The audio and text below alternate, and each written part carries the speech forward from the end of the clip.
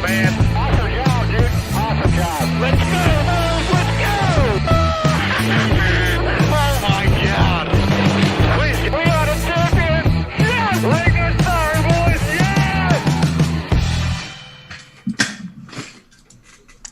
Hello. Hey! Where is Jarrett? Where is he? Where'd he go? Oh, he wasn't ready. What the heck? We had all day. The UFO was having problems. I'm sorry. Oh gosh. Okay, so you can let the audience see it, huh? We have 3 boxes tonight because there's Jarrett and there's Eric and there's Darian. Oh, hi, Daddy. How'd you get here? I've been here for almost a week. Nashville is a vibe, man. I wouldn't mind living out here in the future, though. It's pretty cool. All right. Well, we have got a jam-packed show on the NASCAR Weekly Podcast today. First of all, let's get into Talladega.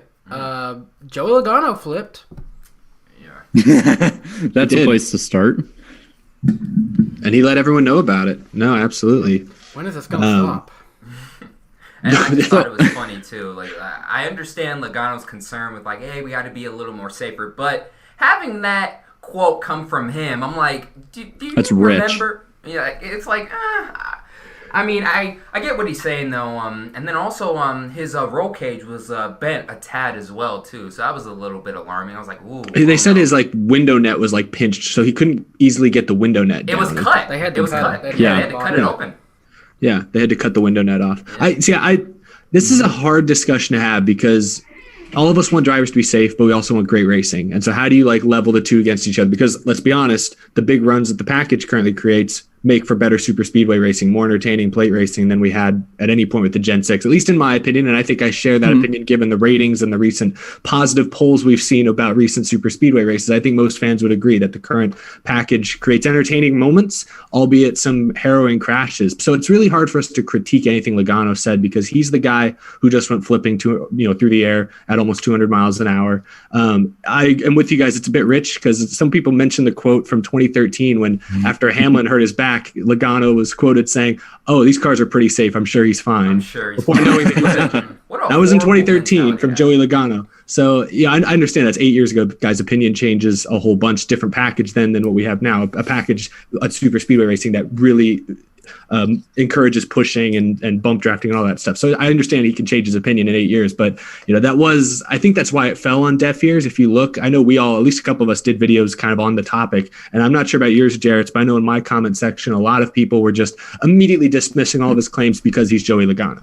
And I'm like, that's fair to an extent, but at the same time, it's not actually productive because I think you can be, you can have been wrong in the past or done bad things in the past, but still make a good point in the present. And, I think I'll bet some drivers agree with what Logano said. Other drivers, it sounds like you firsthand heard some drivers talk about it, Jarrett, did not agree with Logano. They actually thought that the racing at super speedways is pretty good or is fine as is, and that the drivers need to just adjust to it. So I don't know the real thing. I don't know what NASCAR should do to change it. I mean, next year the package is probably going to change anyways because of the new car. So we'll see what stays and what goes away. Well, it's like I do agree something should probably be at least addressed with it. I don't think it means that wholesale changes that we need to cut the spoiler off and make them 20 miles an hour slower. But I mean, just doing what they did last time, because last time there were problems like, what we had with Newman. I guess problems is probably an understatement there. We saw that they slowed the cars down about 7-8 miles an hour, and since then the crews and the teams have gotten it back. Like it wasn't quite. I think they dropped it about 4 miles an hour and they got it back. Okay. You're right. They were under 200 for a week, and now they're up back at 2 miles an hour. 1 week old. Yeah. And that's where I'm like, I think that could be a reasonable change. I think maybe a little off the spoiler so they don't have as big a runs. It's a reasonable change. But this whole, I've seen a small amount of people being like, they should just get away from Daytona and Talladega. And it's like, the ratings this week proved they're not doing that. NASCAR, it's a business. At the end of the day, they will never do that. You get celebrities like Chad Johnson tweeting about Talladega. You don't see that. Oh my gosh, they're at Michigan Speedway this weekend. Oh, they're at Iowa. Oh. No, you exactly. don't see that stuff. But I also have to point out too. Jarrett was in the presser, and I'm surprised a lot of people aren't getting on William Byron's case, because what did he say in the post-race presser? He had alluded to the point that these cars are safe now, so we can do more of these kind of things, and that's where I'm like, dude, what a horrible mentality to have. That is the type of mentality that gets drivers killed, in my opinion, or could potentially get drivers killed. I think it proves the point of the generation gap. Mm-hmm. I mean, not that Joey Logano raced with Dale Earnhardt or anything, but Joey Logano can at least remember back to a time when drivers were dying in the sport. And I think now that, he has matured. I mean, the guy is, I believe, 30 years old now. So I'm not saying that, he hit the 30 mark, he's wising up, but life has a bit more perspective, I think, to him now. And he's probably at least can remember back to 2001, because he would have been 11 at that point. Yeah. So he can easily remember that. He's in his 30s now, but he's been, he's definitely a Cup veteran. He's been in the Cup Series at least on a part-time basis in some format since 2008. So that's a long time now. Yeah, your point though, Jared, about a lot too. Oh, sorry, just really quick. I think it says a lot too that this quote is coming from Logano, a guy who in the past has done some pretty reckless things on. He's had some smooth brain moves. Yeah, that's not say lie. A lot to you. That's what I was actually getting at, Jared. Was it's I would have considered Logano up until this weekend to be part of the William Byron class of drivers who didn't really. He might have been a sentient. You're 11 years old. You know what's going on around you, and so he was aware of the dangers of racing as a kid. But at least since he's gotten in big cars, dangers have not really been as prevalent as they were the previous generation. So I would have considered Logano a part of that William Byron mentality, which is why the driver who's about 6 years older, Brad Keselowski, often criticizes Logano for those aggressive blocks he throws at these types of tracks that have, in his opinion, led to, some big wrecks. So I would consider Logano a part of this group, but I think that is telling. I think that is why we see. There was a graph. I don't know if we talked about it on this show or where we saw it, but there was a graph I remember that showed number of wrecked race cars at super speed, or maybe it was at just Daytona 500s in the last 20 years. And you go back to the early 2000s, there were some races that had 25, 30 wrecked cars. Oh, yeah. But it was pretty rare. But in the last 4 or 5 years, the Daytona 500 has consistently wrecked at least 20 or 25 cars. And yet the question, some people say that's stage racing at play because that, motivates drivers to be a little more aggressive early on. I think there's some truth to that. It also makes these races a little bit more fun at times. But I also think it's just the huge influx of young drivers who all kind of think like William Byron and Joey Logano, at least up until this weekend. We'll see if Logano changes his style of driving now after his comments. Will we see Logano throw blocks again at Daytona later this year? That might be interesting to watch. Watch Logano. He might ride around in the back. What if that happens? You never know how this will change him. But, I think William Byron's quote in that post-race press conference kind of embodies a lot of the young drivers' mentality at these super speedways. And he's not wrong. I'm sorry, I'm talking a lot, but he's not wrong. The cars are extremely safe. I know we had drivers get injured. Kyle Busch broke his legs a few years ago. Almirola broke his neck. Ryan Newman, got a concussion probably at the very least in that Daytona 500 incident, had to miss a few races.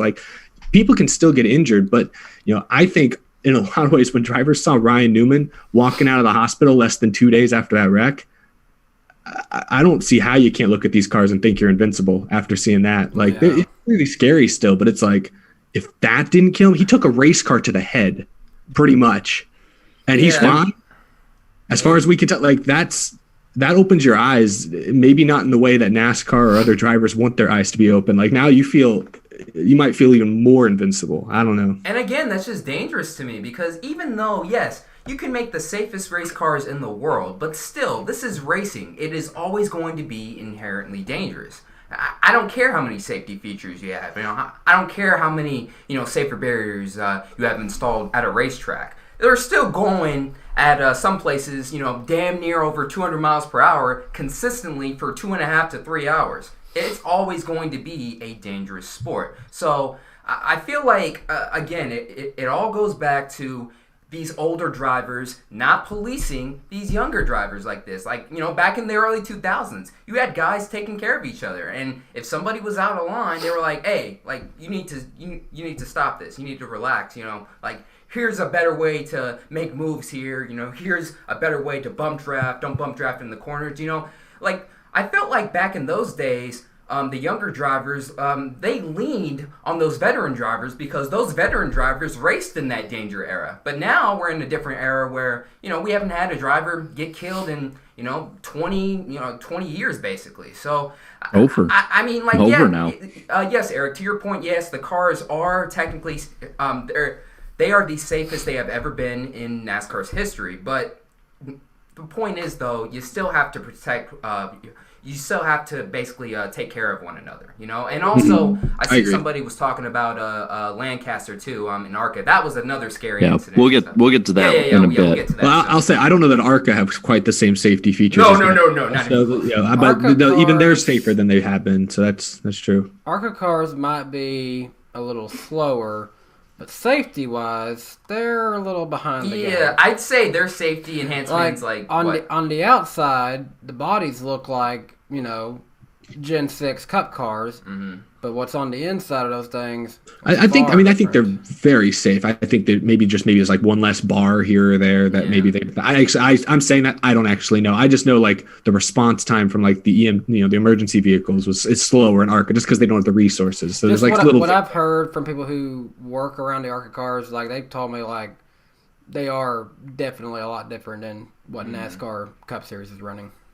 Now, to the racing, though, I have to say, this Talladega race last Sunday was one of the best I've ever seen. And, attaboy to the drivers because we really criticized them after the Daytona 500. Oh, lap 15, trying to be a hero, basically taking out half the field, and then bam, choo-choo racing the entire time. But to their credit, yes, at times they did, have choo-choo racing, but that was only to save fuel. Like, they were going back and forth, duking it out and stuff. Like, they weren't necessarily, like, on each other from time to time. Now, granted, there were some moves, especially towards the end of both stages 1 and 2, where I'm just like, what are these guys doing making these obnoxious blocks? Like, especially towards the end of stage 2. Bubba Wallace and Brad Keselowski blocking a lap car and Denny Hamlin, like, there's an argument to be made that, okay, they just, wanted to keep Denny Hamlin a lap down. But I'm like, dude, it's Talladega. Like, he has to get a giant-ass run to basically, like, get his lap back towards the end of the stage and stuff. And, like, it was pretty apparent that, no, Bubba Wallace or Brad Keselowski was probably going to win that stage. But, so I saw no reason to block Hamlin. And then you saw, Hamlin, like, getting back in the pack and stuff, and then gets spun out by Truex, takes out all three of the Hendrick cars who were on track at the time, and also Kyle Larson, super speedway bust Kyle Larson. That dude cannot catch a break. That wasn't even. Yeah, Larson's that wasn't even fault. him. Though, that was the another intern's fault. Someone's fault. But somebody's getting fired or fined. Like, has he ever had a good Talladega race? I can't recall one. I'll look up his stats while y'all are talking. Well, that one, like I said, wasn't his fault. That was more of like, once again, why we need practice, because dumb things can be avoided, and even if they happen, you got a backup car to go to. But no, there was, going to the race itself, the fact that there was no big one honestly surprised me. Yeah. But aside from obviously Logano, that flip, I think that's in a league of its own. But aside from that, the fact that there was really no giant crash, I think in a lot of ways is a really big hit to a lot of these people saying, oh no, it's all the package. It's not the drivers that are the problem with it. Because the drivers, for the most part, aside from when they would make absolutely smooth brain, stupid moves, were doing just fine out there with each other. They took care of each other. There was a huge pack at the end, roaring to the finish. So it once again proves that if the drivers take a minute to step back, take care of each other, and get to the end and still race hard, they can do so and have an awesome race. You don't have to crash 30 cars. There was a few moments, like, I remember Bubba made some pretty, honestly, dumb-looking moves on Hamlin, his team owner, who was a lap down. I didn't get what he was trying to do there. I think he just was trying to go with the fast lane. With all the amount the spotters were trying to relay information to him, he probably didn't even know Hamlin was a lap down. Also, De Benedetto at one point, who was it? He blocked into the grass. Was it Kyle Busch? I think he almost blocked. Yeah, but they both saved it. They saved it somehow. Goodness gracious! But you're right, Jared. Like, One of the super speedway races last year was kind of similar. It might have been the spring one that was the photo finish between Stenhouse and Blaney. I think that race had still at least 25 or 30 cars pretty much intact at the end. And I thought that was a fantastic race. That's one of the reasons it was great, because they raced hard throughout and there weren't any major crashes that took out 20 cars. So I'm with you. That was the most fun part of this race, is that they were competitive and competing pretty much throughout, but they didn't wreck a whole bunch of cars. And when they did, at least it was guys being aggressive, going for something like both times it was Hamlin, getting a run, trying to duck out and make a move late in a stage, and getting hooked or clipping something, whatever it was. Those are the main issues. So, and I'm glad that those wrecks didn't take out too many more innocent bystanders. Logano, when he flipped, was an innocent bystander. That's probably partially why he was angry, because he felt like this is the one time he didn't deserve to get wrecked because he didn't do anything wrong. But also, I want to mention Kyle Larson's stats. His last two finishes at Talladega, 40th and 39th. He only has 2 top 10s in 13 starts at Talladega. Best finish is 6th. Terrible. So, yeah, he has had rough luck at Talladega. But I like this race a lot. I thought it was a fantastic race. I thought Brad Keselowski, one, he was my pick, so I feel good about that. But also Brad Keselowski tying Earnhardt, right? No, not Earnhardt. Who did he tie? Junior. Earnhardt Jr., not Earnhardt. Earnhart's number 1.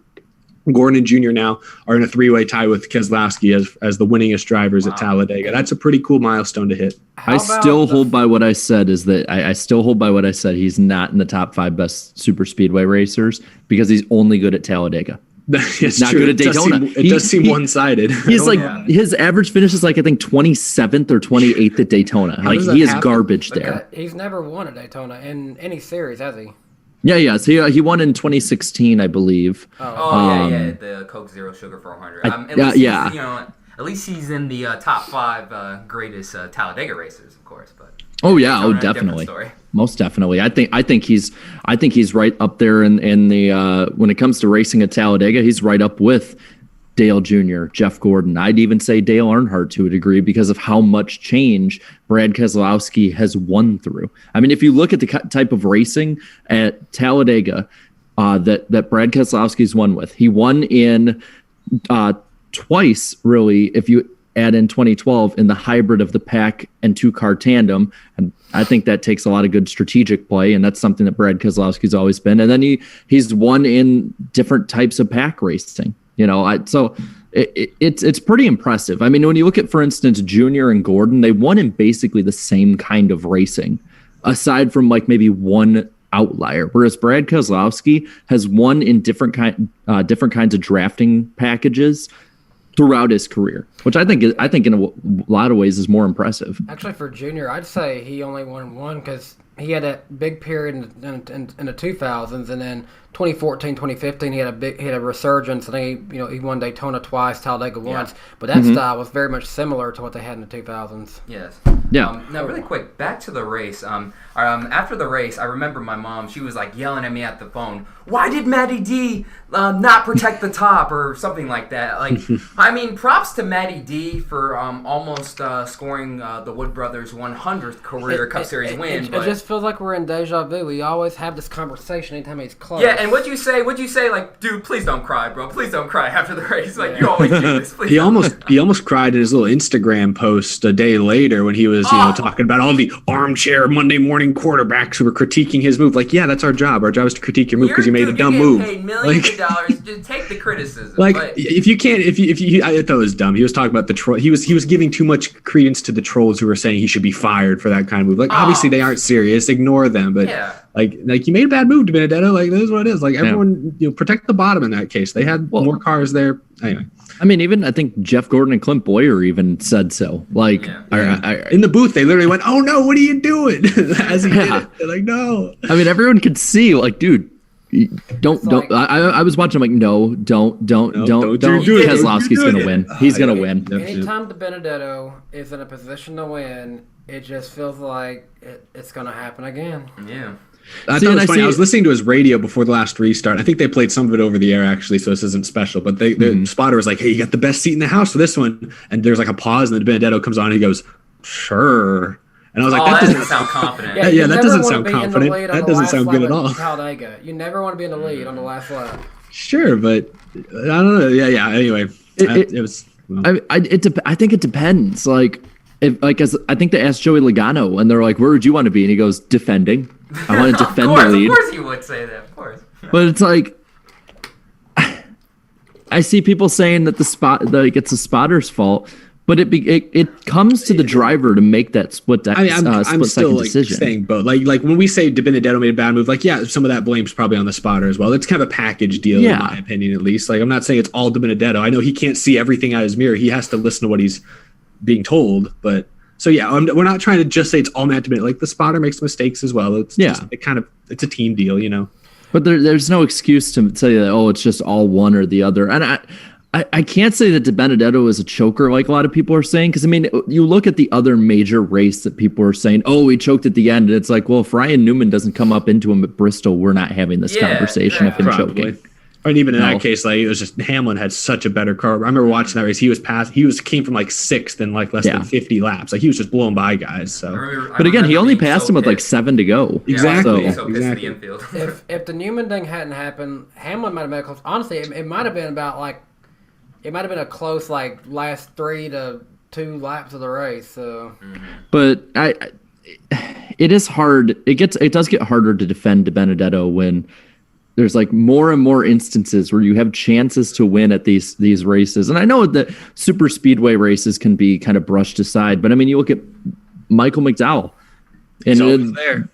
Always there in a relatively inferior car when you watch how he drafts in the pack. And he can get it done at Daytona when given the chance. Get this with Michael McDowell. If he had just someone to draft of him in that last part of the tri-oval, he made a good move. He was starting to come up, but he had no drafting help. If he had drafting help, he would be tied with Truex for the most wins this season. He would. Jesus. I'm sorry, that's just weird to think about. That's crazy.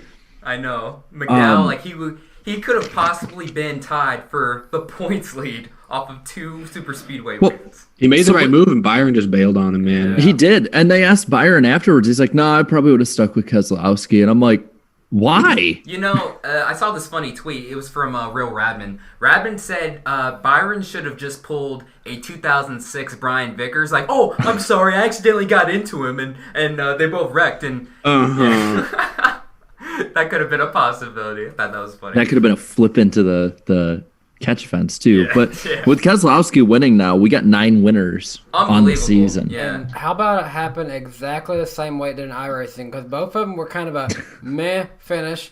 Logano flipped in both, and Keselowski won. Yeah. Hey, at least the announcers knew when they were on the last lap this time. That's right. And here they come to the line. 6 seconds after crossing the line. Mike, they're on the back straightaway. Oh, Keselowski won. Mike, he's already in victory lane. The race is over. Mike, he's in Kansas. But to that point, man, 9 winners in the first 10 races. Now, dude, at the very beginning of the season, I was hoping, please bring back the parity. Please bring back, like, this is the best possible outcome. Like, more than half of the playoff spots are already locked in, and we still have 16 races to go. Hey, let's be honest, 10 of them are locked in already with Hamlin's ginormous lead. True. I mean, even with a bad finish, he still checks my thing. 229 points above the cut line. Yeah, I know. Like that's even after finishing like 30th. Hamlin's having like a bad season. And do you know who? Shug's got himself stuck on something. Well, really quick, while we free the cat here, he's out of it. He's good. Take a wild guess of the driver that Denny Hamlin is 229 points ahead for the cutoff. Take a wild guess. Stenhouse. Chase Elliott. I'm usually good at these, so I'm sad now. Matt DiBenedetto. Matty D. I got to roll through the playoff stuff if you want right now, just so I get a. Yeah, do it. Okay, so I said how far Hamlin is. He's an infinity ahead. In 11th, Harvick plus 91, then Elliott plus 89 in 12th, Kyle Busch plus 54 in 13th, Austin Dillon plus 51 in 14th, and 51. That's a big gap. Yes, and then Stenhouse and Buescher are tied for plus 12 over DiBenedetto, who is obviously minus 12. Kurt Busch is minus 13 in 18th now. Newman minus 31. Bubba 20th in points, minus 33. Then you got Ryan Preece minus 37, minus 38 for Reddick. Then you got Custer minus 51, Suarez 55. In 25th, Chastain minus 56. Almirola 26th, he's minus 70. Eric Jones minus 72. Chase Briscoe minus 74, and then Alfredo and LaJoy are over 100 back. So what stands out to you guys? Like, is there like I feel like after Talladega, granted there's 16 races to go before the chase or the playoffs. I'm always going to make that mistake, but I feel like now there's a little more desperation for those guys that are like, you know, a little further back than like Bubba, Preece, Reddick. Like, oh yeah, no, desperation has to creep in, especially if you're an Eric Almirola driving for, you know, Storehouse Racing, which has, you know, over the years been proven to make the playoffs year in and year out. Obviously this year, this is an off year, but I mean, it was cool seeing Almirola lead some laps. There's no SHR cars within 50 points. Excuse me? There's no SHR cars within 50 points of the cut line. Wow, that is sad. Besides Harvick. That's so rough. sad. Well, besides well, I mean, he's 91 over, so he's not even 50 within it. But no, and then another guy that sticks out to me, and we were talking about this before the show. You know, Bubba Wallace, you know, made history, first African American to win a Cup Series stage. You know, props to him. Yeah. But you know, for as much criticism as he gets as a driver, let's also point out his crew, his team doesn't really do him too many favors neither. I mean, some of those calls I just had to question. That one at Martinsville a few weeks back. Yeah, and then the final pit stop call. He should have brought him in to get fresher tires sooner and not give up all of that track position. Now, granted, being 33 points below the cut line for a first-year team, that has to be mighty impressive for them. Not gonna lie. I mean, Suarez is minus 55. Excuse me. Suarez is minus 55. Yeah, him too. So he's still there. So these new teams, 2311 and Trackhouse, they are making some moves. But you know, I just feel like in Bubba's case, you know, I feel like 1 week it's his fault, but then this week it's his team's fault, and it keeps shifting back and forth. So I have to wonder, when is everything going to come together? Could be mid-season, could be later on in the season. I'm not sure, but could be next year. Yeah, exactly. I mean, it's just usually with these new operations, you know, how many times in history does a new team come in and start winning? Besides a Hendrick, besides a Petty Enterprises, you know what I mean? It takes time. You know, it's a long drawn out process. And then some people on Twitter were pointing out, well, why can't 2311 just be Furniture Row? You want to be Furniture Row? That took 10 years. Yeah, that took 10 years. And also they had the perfect combination of Martin Truex Jr., a guy who was hungry. And I'm not saying Bubba isn't hungry, but clearly Truex is clearly the better driver. He doesn't have the experience that Truex exactly has. And then number two, most importantly, in my opinion, he had an amazing crew chief in Cole Pern for that short period of time, and he was able to not only get the most out of that entire team, but Truex himself. Yep. Yeah. I was trying to pull up Mike Wheeler's stats to get this right, but yeah. So in 2016, in 2018 with Denny Hamlin, Mike Wheeler went winless. We all know that Denny Hamlin then won. Denny Hamlin then won 13 races in the last 2 years with Gabe Hart. So Mike Wheeler's who's Bubba was working with. I'm not trying to say Mike Wheeler sucks, but I think it's clear he's not the best Toyota has to offer. He's not Cole Pern just to drive that point home. I feel like that was more of like Hamlin. He runs the team, and like they have those two have a very close relationship. He's fine. I'm not saying he's bad because they did win 3 races in 2016 and 2 more in 2017. So they've had some decent years together, sure. But I'm saying they are not as he's not as good as I'd say as like Adam Stevens or Gabe Hart, for example. I would say he's, you know, the B tier of Toyota crew chiefs. You know, I'd rather them brought like Ratcliffe up from Xfinity. I'd rather have him as a crew chief. Kenzo Bell and stuff. So I'm surprised they didn't bring him up or even move Chris Gale over, who I think was kind of a mess with Eric Jones last year. Still might have made more sense. I don't know. And I guess one final guy that really stands out that's in the playoffs right now, Austin Dillon. You know, a few years ago, you know, NASCAR busts Austin Dillon. Austin Dillon is lame. He's, you know, using his daddy and his granddaddy's money. You know, but you know, compared to Tyler Reddick, he is having an awesome year. He's one of those drivers. I think it's going to be like a It's gonna be like a fine wine. He's gonna take a lot of time to really. That's what it looks for like. it to really, come into fruition of who he can be. He might not win a lot of races or score a lot of top fives, but he's getting the job done, getting these consistent finishes week in and week out. Like you said, he's 89 points ahead of Tyler Reddick. Exactly. By the way. So plus 51 above the cut line. So attaboy to Austin Dillon. Yeah, I'm looking at it too, and I'm surprised even after not having the greatest Talladega race ever for the most part. Stenhouse and Buescher still being up there. Both. I mean, I will say, I think over time. Where'd Stenhouse finish this week? Oh my God, is his top 18 streak still intact? Oh God, oh geez. So. Check just he really wrecked quick. He wrecked in that one pit stop sequence. Though I didn't know where he finished. Check on the busted racing reference. I'm trying. Oh my God, it's so Dude, broken. they messed up racing reference, bro. Too soon. They messed up racing reference. How dare you? No, he was 33rd. No. Oh, dang it. Damn. It's over. No. Season's over, boys. Pack it up. Come back at 22. Let's be real.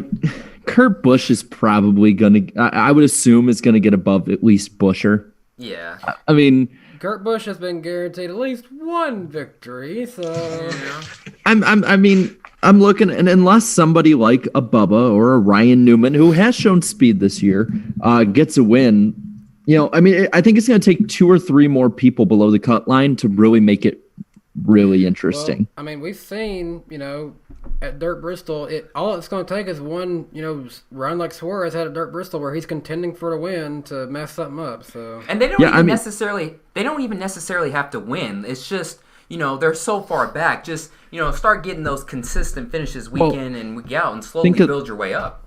Think of this: is that again? I think it's still a very, very long shot. I'm not saying this will happen, but say 3 people underneath Austin Dillon get a win. Well, then you're looking right now at somebody like Chase Elliott and Kevin Harvick being realistically on the cut line. Well, realistically, that's pretty fun. We're about to go to 2 tracks where the High Line can run really good at Darlington and Kansas, for that matter. Tyler Reddick could be in a good situation to try to really surprise somebody. Oh yeah.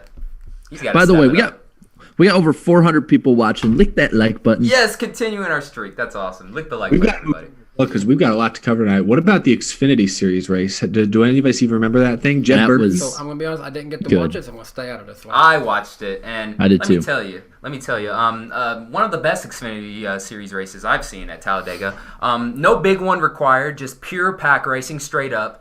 The wreck at the end definitely, determined the outcome of the finish, because all of a sudden the rain started pouring. But congrats to Jed Burton. First career Xfinity win, and his first win in NASCAR since 2013 at Texas in the Truck Series. So a long time coming, and also the first time I've ever seen, at least since Clint Boyer in Michigan of 2018, to see a burnout in the rain. So that was cool. Lots of firsts. I was just thinking that of the Xfinity and Cup guys, there really wasn't a really big one. This had to be the most money saved for a super speedway weekend for the everyone's in the owners. black this week.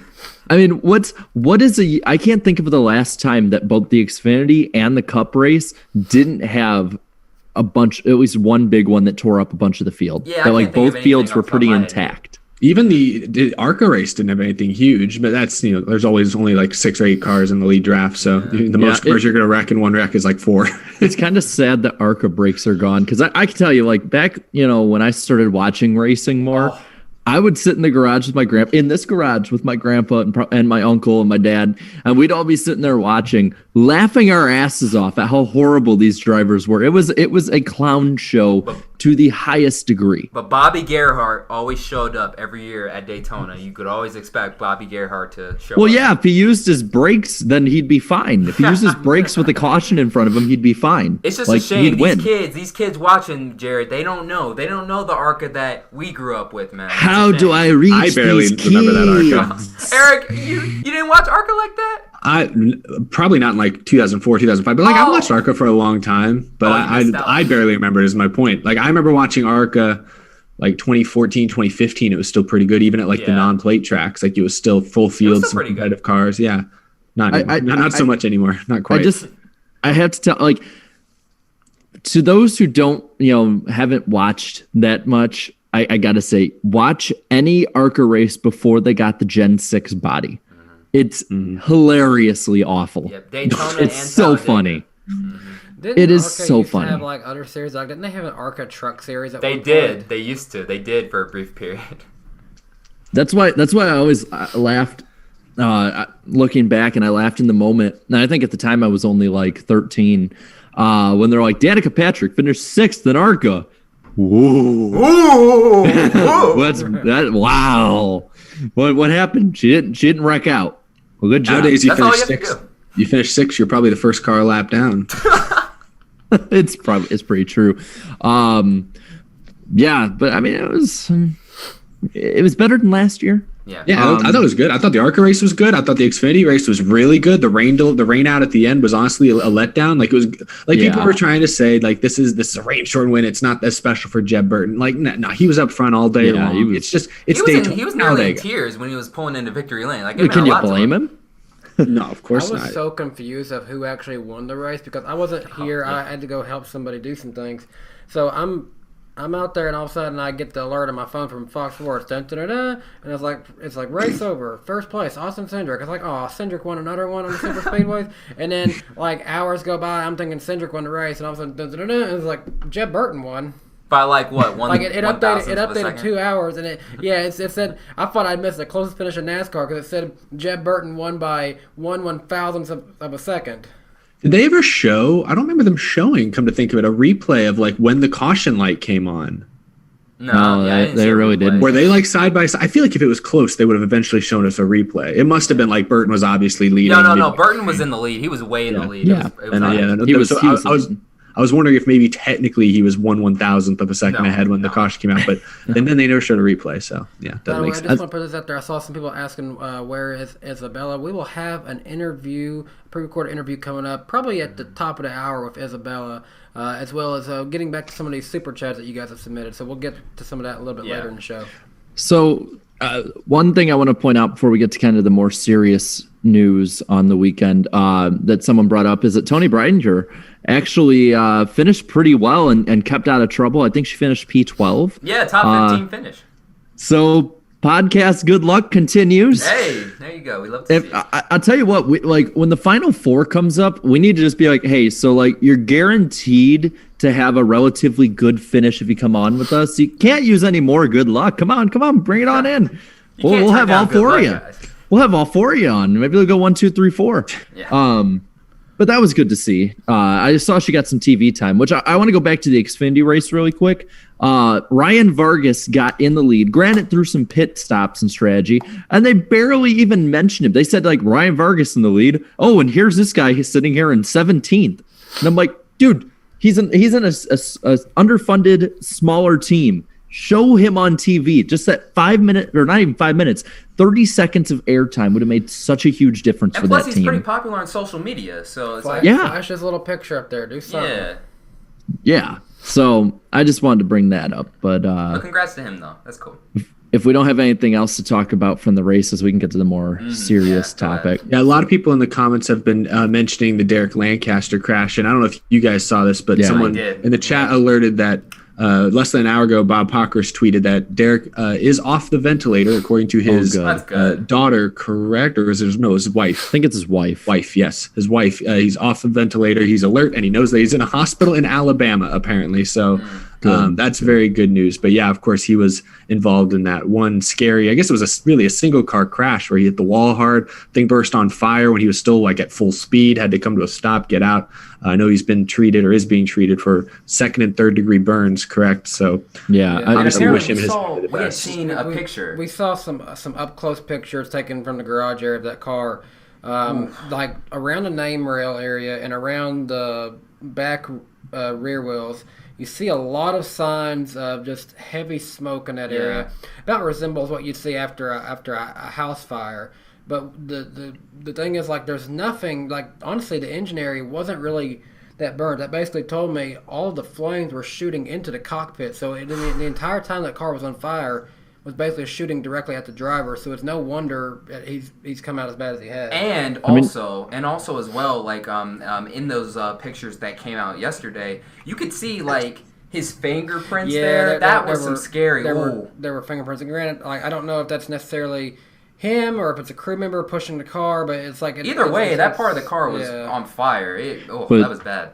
I mean, because it's been, 4 days now? 3-4 days? And you couldn't see much on TV, and I think thankfully that's a good thing, just because we didn't know what was going on in that time.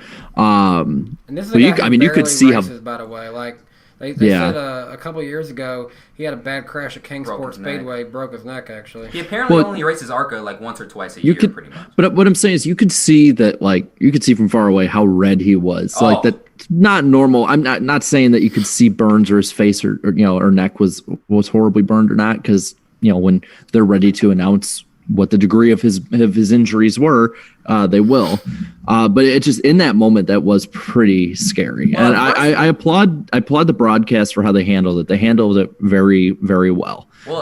So there's a lot of times that they don't, that broadcasts don't handle stuff like that well. So I think it's good to point out when they do. And at first, when I was watching it, when I seen him get out and stuff, and then he was laying on the ground, I'm like, oh, okay, he's fine, just a little burnt. But then I see the replay, and I'm like, oh my gosh, no, this is a way more serious incident than initially thought. So thankfully, he's making tremendous progress, and wish him the best. Yeah.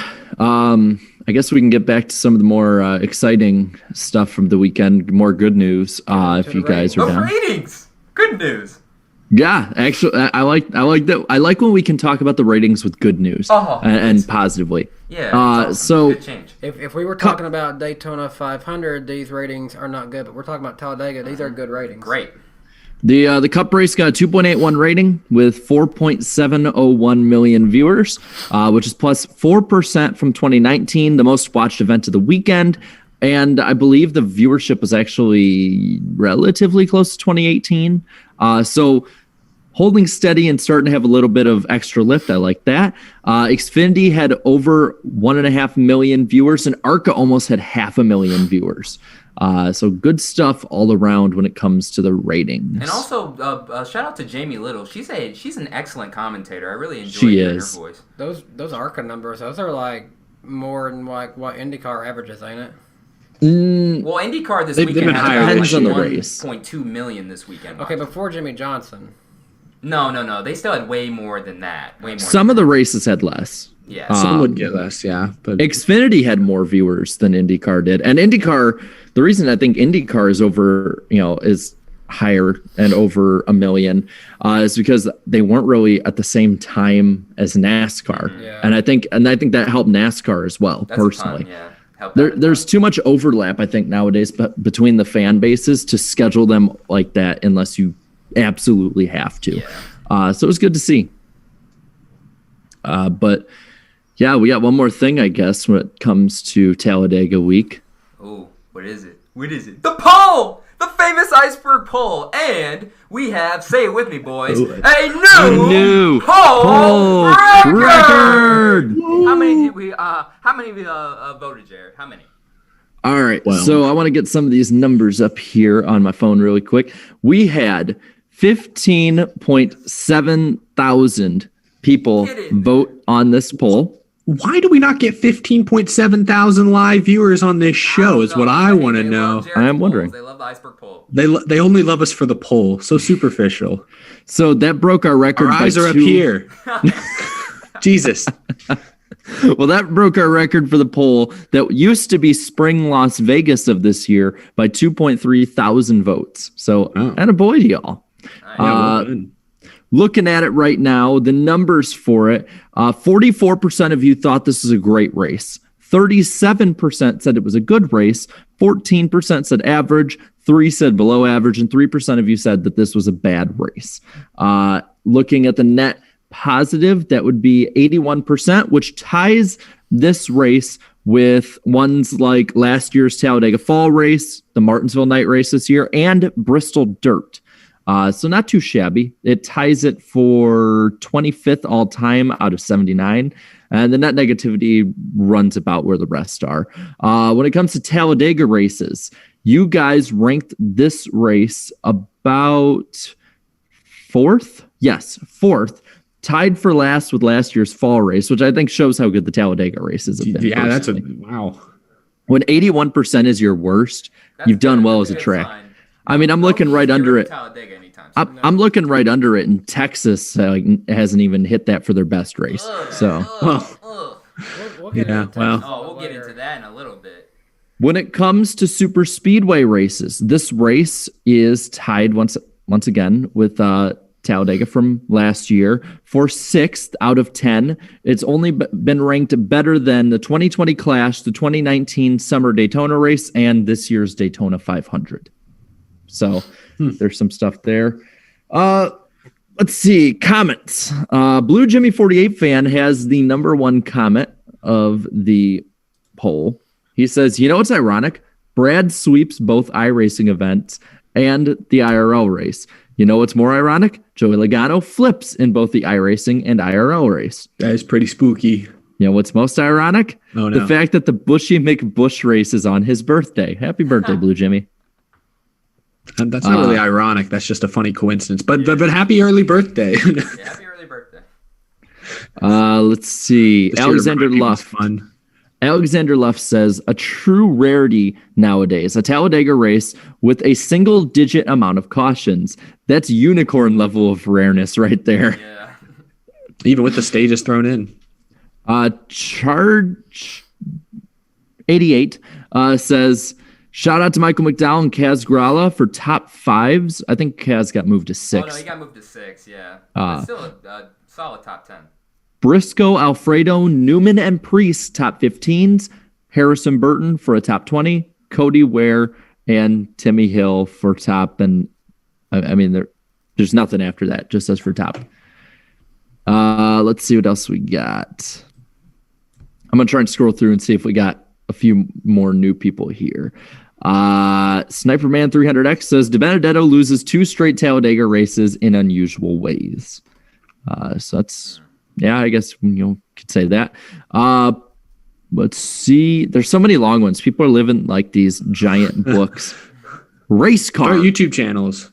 Race car. That's just the person's name. Joey Logano. Just like the simulations. I love that Battlefront 2 reference. The good one. Let's see what the last comment is. Come on. We had like 500 comments on this one. You got to scroll for a ways. Is Get that the a little record next number finger of workout. comments on the poll as well? I think so. All right. The last comment is from NASCAR_Savage_91. I think it's going to be positive. Everyone else has been in a good mood. I think as positive as the race was, I think it's going to be a negative one. I'm feeling good. I I'll think go it's with positive. as well. Not going to lie.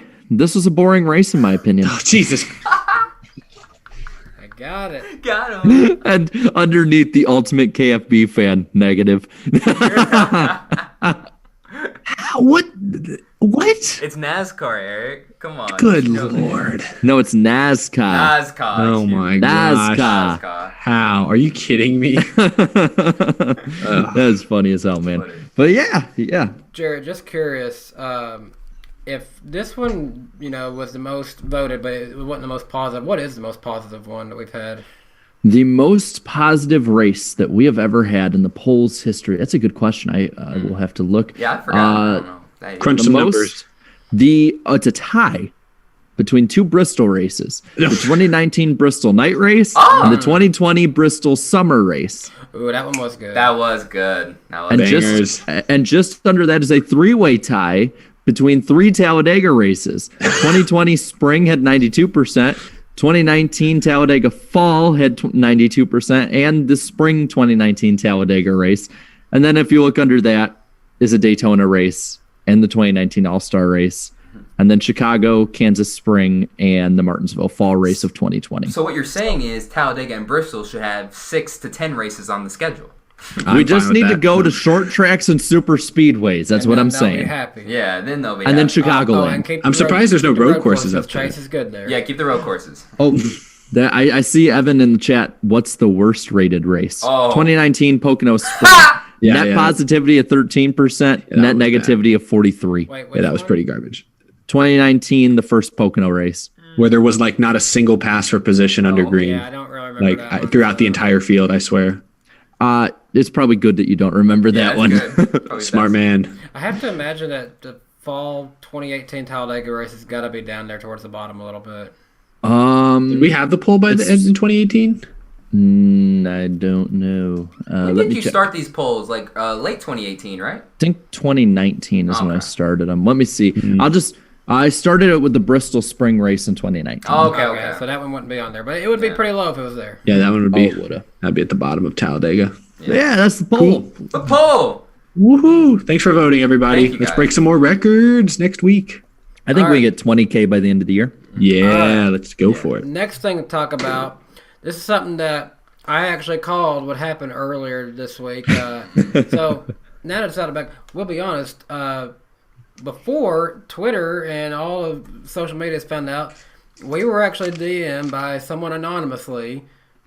The picture everyone else saw. We did not share it. We all was like, that'd be stupid to do that, but someone else decided to let it out there. Somebody just ended their entire career for some clout. Hope it was worth it. So who knows who first sent it, because then it got sent to someone else, then someone else, then us, then someone else, then Reddit, then Twitter, and now it's everywhere. Yeah. The next gen Chevy and Ford cars were leaked. Meanwhile, Toyota sitting there like, ha ha ha ha. Got him. I love the look of that Ford, man. It reminds me. It's like you said in our private chat. Reminds you of the early 2000s Ford. It remind the greenhouse area really does. It looks so much more compacted down. I'm assuming that there's more room for the drivers because I don't think that they would, especially after what happened to Joey Logano this weekend. Yeah. They'd be like, by the way, there's like 6 extra inches taken off for the driver's head.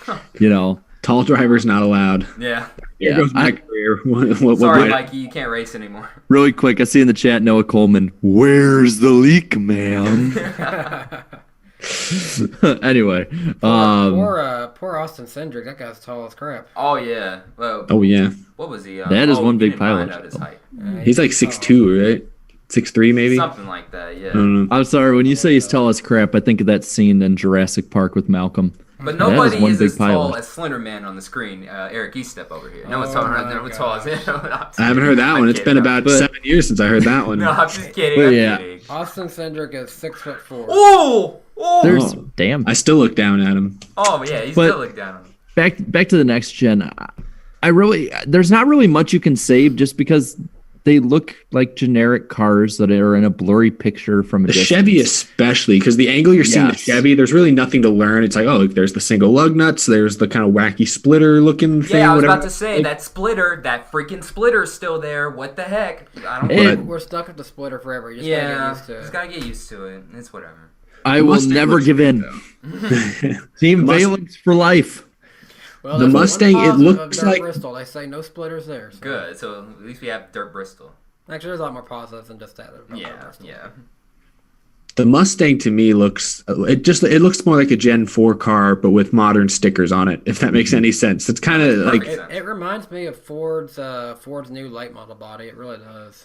that's what I tweeted. I thought my first thought, just because I'm more familiar with like super late model racing, is it looks like one of those like modern bodies with like when they try to put like the Camaro stickers or the Mustang stickers, and it kind of looks wacky, but it's like very low and wide. That's what it looked like to me. Some people point out it looked kind of like a Trans Am like road course Mustang car. Again, it's just low and wide, and that's kind of cool. It's built for road courses, and I think that's going to help it handle those corners better, that extra stability. So again, yeah, like y'all said, it's kind of hard to really take much away from looking at it's this blurry photo. Really all you can get is an idea of what it's going to look like. No idea how it's going to drive, anything like that. It'll still be good, like when we actually get the proper reveal to really examine the true dimensions of this car. And Toyota, we know it's a Camry, and honestly, I can't see that Camry being too far different than what they currently have. Yeah, I don't see much because they of it. haven't changed the Camry body in real life, which honestly, the NASCAR Camry they have today is really close to the stock Camry, like size wise that I've seen. So, But I just gotta say, I really love the look of these cars. Well, at least the Ford and the Chevy, the early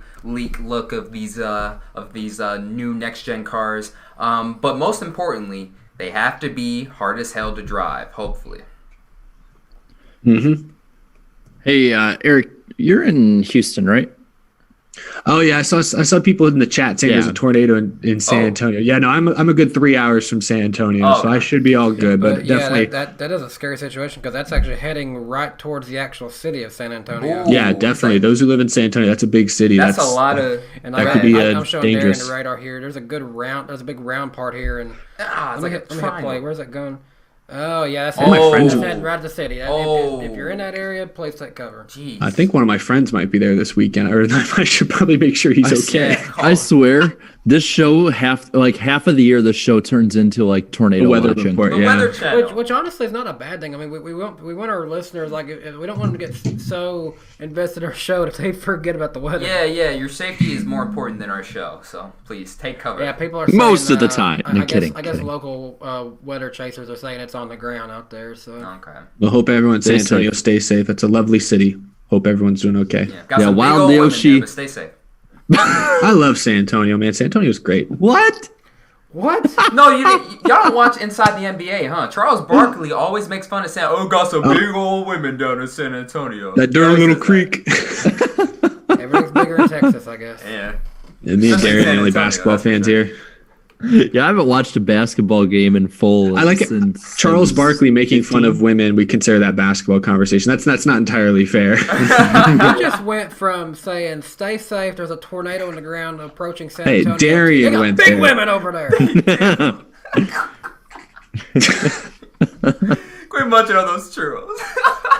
Danny, you'd be Ernie Johnson if this was inside the NBA. We should probably go to the next topic. I'll bring us into the next subject. So there's a chance that CBS may be interested in going more than just SRX as far as their motorsports programming is concerned. CBS chairman Sean McManus told the Sports Business Journal that if auto racing rights come up, we'll take a good look at them. The advertiser interest is usually pretty strong, so if it works from a business standpoint, we would definitely take a look. And then note on this, the IndyCar rights are up for review after 2021, and NASCAR's will be up after 2024. That came from reporting from Adam Stern. This is huge for IndyCar. They have to make the right decision this time. This next television deal for IndyCar could really determine the next decade of if the sport's gonna evolve or keep going on the decline, unfortunately. But with the rising American stars in IndyCar, Joseph Newgarden, Colton Herta, I really think IndyCar is starting to grow that American audience a lot more. Now, granted, yes, it is an American series, but you look at the driver lineups, a ton of drivers from overseas. Scott Dixon trying to become a 7-time IndyCar champion this year, trying to tie the great AJ Foyt in terms of IndyCar championships. I really think IndyCar is on the upswing. The problem is they're unfortunately stuck behind a paywall to an extent. I can't watch IndyCar practice anymore. I can't watch IndyCar qualifying. Well, I think they had qualifying on the main NBC or NBCSN, but I have a question about that. Yeah. And it pertains to NASCAR with it. What is the commercials like behind that paywall? The commercials? Yeah, for like IndyCar qualifying, are there more commercials, same amount as TV? Like, what's the deal with that? I'd say, I haven't watched it that much, but in my brief experiences watching Peacock, I'd say the commercials it's kind of similar to Fox's streaming deal, Like, yeah, you're going to have... Well, what is it? That's what I'm... I don't know. I have really what I want to know. I've watched it like once, so... Because... that was one of the big problems this past weekend with Talladega and even Chad Johnson got in on it, is that the commercials were overbearing. Yeah. I mean, it was like, hey, what's this racing doing on my commercial viewing time? And that's something that I think needs to be addressed with the next contract, is trying to figure out maybe doing something like F1 does, where you can have, commercial free based on certain, like if NASCAR has to pay a certain amount to have it commercial free to keep everyone invested in what's going on, it would change the game for the sport forever. Same with IndyCar as well. And what's so wrong? Like, we do it at the end of races when they go, a picture-in-picture type mode where they're showing the commercial and the race at the same time. Why can we not just? Is there not a way to just do more side-by-side coverage? Can we not do that? What I'm saying is, getting back to the NASCAR part of this, is that CBS is, I talked about this with David Land on the IRL show a few weeks ago, and it really is showing to come true a lot, is that SRX is not for CBS to be like, oh yeah, this is just this cool little thing we're doing. We're just gonna do this for you diehard racing fans out there. No, this is a test. This is obviously a test run, maybe for IndyCar, but I think that even with that, even if NASCAR were to fall 10% in viewership every year to the end of their contract, they would still be the most watched motorsport in America and would be a hot commodity when it comes up. Yeah, so true. the big first test is SRX. We'll see how this coverage goes. After that, more than likely, if they get involved with IndyCar, that's the next big test. But this is huge when it comes to NASCAR because, I think that we were talking about it in one of our chats that Fox had lost out on rights to the NHL. So, Fox is going to be digging hard to get NASCAR. And it looks like CBS is in the same boat. There's been some remote interest from ESPN, and you have NBC basically sitting in the catbird seat here. So, I honestly think that with all of this coming together, now a lot can change in 3 years, or probably 2 by the time they sign it. But they might get a noticeably bigger contract for the 2025 deal than they did this past time, which is both astounding and also really, really good luck if they're able to do that, for everything to come together like that. But see, now, I've also been noticing, on Fox's end, either Mike Joy is convinced that Fox ain't going to be doing it too much longer, or he knows he's going to retire soon, because he keeps seeming like he just don't care at times. Mike Joy does not give two whatsoever anymore. I will give this to Fox. Well, and like they said in the chat, and I guess NBC lost hockey, so that makes NBC even more. Then that makes NBC even more desperate too. So, a lot of stuff is lining up for NASCAR to get a big payday. Oh, yeah. But I'm just wondering. With NBC, they're dropping NBC Sports Network, so at the same time, they're not going to have the place to put it anyway. So well, they'll have streaming. That's the way of the future right now. I think their hand is getting forced into it.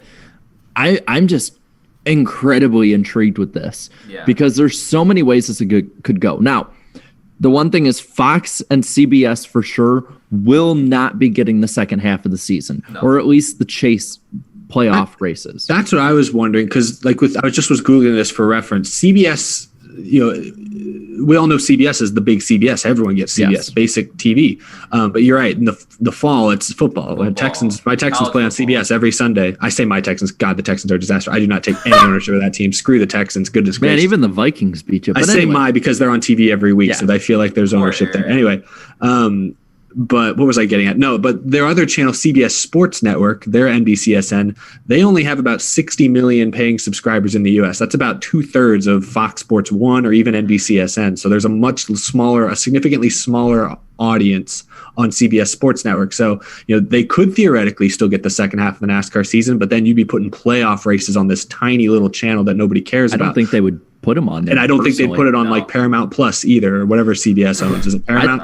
I don't think that would happen. So I think you're right. Fox and CBS, since they're both so football heavy still, are going to be battling for that first half of the schedule, which I don't know how that's going to work out, because then NBC is then probably the only major network still in play for the second half. I don't know. Well, NBC too. There's granted, they're rumors, take it all with a grain of salt, obviously. But there's been rumors flying around all over the place about NBC might want to take over the whole schedule. Let's not count out Turner either. They've had NASCAR in the past. I wouldn't count out Turner Sports as a possibility. Yeah, TBS. I think if it were to work out perfectly, you do 12, 12, 12. And then whichever one the extra races land on, you go with that. You do 12 with Fox, 12 with CBS, 12 with NBC. You get the most non-cable races possible out of those deals. Yeah. And I think that at least for the first year or two, it would give a major bump to the TV ratings. Now, whatever they do with that, so what? I don't know. But that's the best case deal. I'm laughing at the possible Cartoon Network in the chat. Nickelodeon. Well, you think about what CBS is. The CBS is part of the Viacom. They own Nickelodeon. Family. Yeah. They got Nickelodeon. What did we just see that's going to be on Nickelodeon? It was a baseball game was going to be on Disney Channel or something, right? Or no, it was an NBA game. No, it was an NBA game was going to be on Disney Channel or something. Oh, wow. I don't know. Maybe I'm wrong. Maybe it was Disney Plus. I don't know. It's intelligent. You get the audience while they're still impressionable. And I mean this in no offense to those who are younger watching, but when we're younger, we're more impressionable. There's a reason that all of us got into NASCAR at a very young age and are still into it the way we are. Well, and I was not even early 2000s. It's just like we were very young. It is a big part of our lives. You know, there's a reason why so many people in their 20s who are very young are nostalgic. But it's a really smart move. And if NASCAR can get in on that, I think that only helps them moving forward. You could probably tell I'm really excited about this because I think this is going to be the biggest overarching story of the next 3 years in this sport. Like even more than next gen. Yeah, it'll be interesting to watch what happens with IndyCar because I think that will be the precursor. That will be what officially sets the stage for NASCAR's new deal. We'll know a whole lot more in a year or less, you know. Now, for IndyCar's deal, Alan Bestwick, lead commentator every single race, please.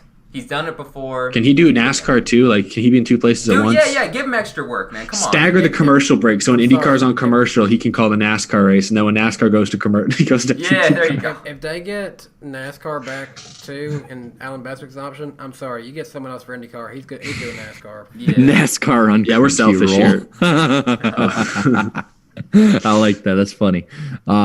No, if NASCAR does a broadcast on Nickelodeon, we should be a part of that broadcast. I'm throwing the that Slime Tona 500. I'm just lobbing that out there. Kids love us. I just want to hear Tom Kenny call a race in SpongeBob's voice.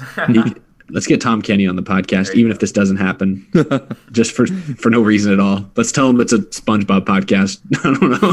SpongeBob Weekly Podcast. Somebody crashes after they said not. The commentator says not to go in that lane. Everybody's an idiot except for me. No, but I am really excited, and I'm kind of very antsy about where this is going to head. Yeah, tone it down, Jared. You're kind of scaring me a little bit here, man. I don't know what you're like. He's hyped. Got wild eyes. It's such a big influence on the next decade of the sport's path. I feel like a lot of fans, because I hear a lot of fans being like, I don't care what channel it's on as long as I can watch. And it's like, well, you better care because that's how you're going to watch. Yeah. It might be a channel you might not be able to get. So FS3. Well, anyways, I think that's a good stopping point on that subject because we're at the top of the hour and we still have a lot more to discuss. We have so much. We're quite a few pages still remaining here. Yeah. So I want to get into the mailbag question, and this comes from Dylan Lasore. Dylan asked, "Hey guys, first off, I just want to say that I'm a huge fan of the show and love watching it every week." Thank you, Dylan. Thank you. My question is, if you became the president of NASCAR, what would be the first 3 things you would do? Ooh. Someone go first. It's not me. I'll have to think about it, but part of my philosophy is I would not make major changes right away. Like that sounds like a cop out, but I think part of what NASCAR needs is consistency. Something that it hasn't had for 20 years is consistency. So I would go in and I would be very careful about the things that I did choose to change. I think it would be very simple things like I'd love to have a track in a certain place that maybe isn't there right now. I'd love to see, that type of stuff pushed, but I'm not coming in here and changing the format. I'm not coming in here and, they got new cars on the way, so I'm not changing the cars. I would be very careful about what changes I do make, especially very outwardly facing changes.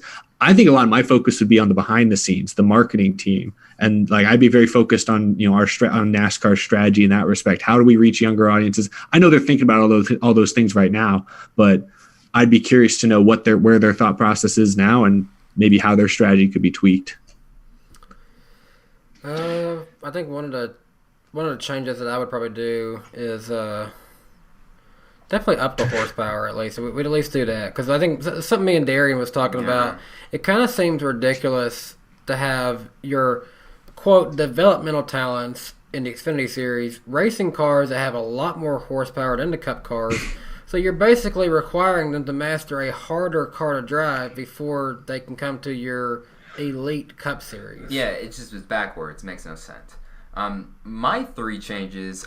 First off, I would keep stage racing, but it would be done a lot differently. So instead of having the stage cautions, just use electronic scoring. End of stage 1, you get the top 10, give them their points, but they still race. We're still racing here. No stoppage here unless there's, some type of accident on the racetrack, hence a real caution. And then number 2, over time, I wouldn't change the points format right away. I would give it a few years, and then I would bring back what I would like to call a combination of, consistency, the chase era, and to some extent the playoff era too. I don't know exactly how it would be, but I would somehow implement the past 3-point systems we have had and implement them all into one and keep that forever. And then finally, most importantly, 950 horsepower. Boom! 950 horsepower. Big boy. Lower the downforce. Put the driving back in the driver's hands. Driver talent over equipment any day. 950 horsepower, no restrictor plates at the Super. Oh, no. Restrictor, no. You need some type of plates, please. I don't want to see. I like to catch fences in half, too, while you're at it. I want the pole speed to be 250 miles an hour. Yes. I want it to be the days of Bill Elliott going to do something. Who is that supposed to be? The days of Bill Elliott. Oh, I was trying to do my impersonation of a Southern voice. He sounds like the neighbor across the street in Pet Cemetery. Oh God. Oh. But yeah, those are my 3 changes. I'll add one of your changes to mine. I will get rid of stage cautions at road courses and super speedways. I'll keep them at the intermediates and short tracks though, just because. Why? All right. Why? I don't know, just because. Because I don't mind the occasional caution. I like the gap in the action. You guys complain about commercials at Talladega. Get ready for that at all the other tracks too. If you get rid of stage cautions, because that right there is 2 free commercial breaks at least for them to squeeze in without missing any action. If you renegotiate the contract, you might not have to worry about that. And that's what I would want to do. That's my first thing. Renegotiate the contract so that we can have less commercial breaks, even if that means NASCAR has to pay in a little bit for it, so that we have no stage cautions. I know that's mixing one, but without one, you don't have the other. So it counts as one. No yellow line rule at the plate tracks. The yellow line rule statistically is it's been shown that since then per race, even before this package, we've had more crashes per race. We've had more flips into the catch fence per races with this. So get rid of the yellow line rule. I understand the reason why it was put into effect. If drivers go overboard, they need to police themselves. They need to stop having the sanctioning body run every single thing for them. So no yellow line rule. The other one, since the networks are not going to budge on this one, I think there needs to be compromise. You need to trim the fat on the playoffs, and that's what I would want to do. What does that mean? Like less than 16 get in? Instead of 16 drivers, 12 get in. You can do win and get and be in, because even if there's more than 12 winners, which is much more likely, you get much more competitive people trying to get in and possibly not. So that's a possibility there. You go from I'm sorry that the playoffs are too long. That's something where the playoffs for me they drone on. The playoffs go for 3 months. 2.5 to 3 months. I still think it's shorter than the NBA playoffs. It is only 10 races, but and the NBA is in free fall too. Yeah. Baseball, for instance. I think the NBA is in a good spot, but it's been falling. It's been falling in ratings a lot. But then you also look at MLB, for instance. It's been cratering in ratings. It's taken over from NASCAR as the fastest shrinking sport in America. Yay! NASCAR is stabilized. I think you got to look at what makes different ones like the NFL and other made for TV events work. And I think that having each race be more important to who wins the championship would do that. That also could mean shortening the schedule down, maybe down the line. But I say 7 races for the playoffs, 2 rounds that eliminate 3 drivers each. You have your final 4 right there. Yeah. The first round is almost completely meaningless. Those who aside from once in a blue moon, those who were eliminated in the first round would not have otherwise made it past the second, usually. And some of those ones getting in basically are just taking up a spot for no reason whatsoever. Yeah. Somebody who's run 14th in points isn't going to come up and beat Kevin Harvick or Kyle Busch, when they're running well. Game 7 moments. Whoa, no. I think you make more of that. Yeah. Personally, I think you make more of that with having a more competitive field and making it more difficult to get in. I don't think that more than half of the competitive cars in the field should be in the playoffs. That's why in mine I'd say 10. 10, the top 10, always the most perfect in my opinion. Well, with that being said, thank you, Dylan, for your question. And you can send your questions to weeklypodcastguest@gmail.com. And we will take a look at your questions. We'll decide on which one we want to go with. Again, please don't ask us to be on the show. We will not look at that one. But do send your questions over to us at that email. Yeah, and I'll put it in the chat too. With that being said, now is a good time. It is 8:15 p.m. Central Time. We're a good way for the show. Still a lot more to go, but we are going to go to our conversation with NASCAR Drive for Diversity driver Isabella Robusto. Hey guys, thanks so much for joining us. We're joined here today by up-and-coming NASCAR Drive for Diversity driver Isabella Robusto. Isabella, thanks so much for joining us. Yeah, thank you for having me. First, I wanted to ask you, so what got you started stock car racing to get to where you are right now? Yeah, so my dad put my twin brother and I into go-karts when we were 5 years old, and ever since I've fallen in love with racing and everything to do with it. So now I've kind of like worked my way up through the NASCAR ladder, and I'm racing with Rev right now and the late models, and hopefully this time next year I'll be in the ARCA series and just work my way up, and the goal is to race on Sundays in the Cup series, so working towards it every day. You said twin brother. Actually, I want to follow up there. You said twin brother. How young or old were you guys when y'all first got set in go-karts? Yeah, we started right after we turned 4 and a half, 5, and we kind of like started full-time racing when we were 5. But we've pretty much raced alongside each other since the beginning, and then this is kind of like the first year because he wanted to go like more open wheel racing, so this is like the first year we really haven't raced with each other. So that's cool. That's interesting. Well, you guys got all your bases covered then. Sorry, Darian, your question. Oh, it's I gotta say your tie-dye schemes on your Legends and Bandolero cars really stand out. What's the backstory behind those schemes?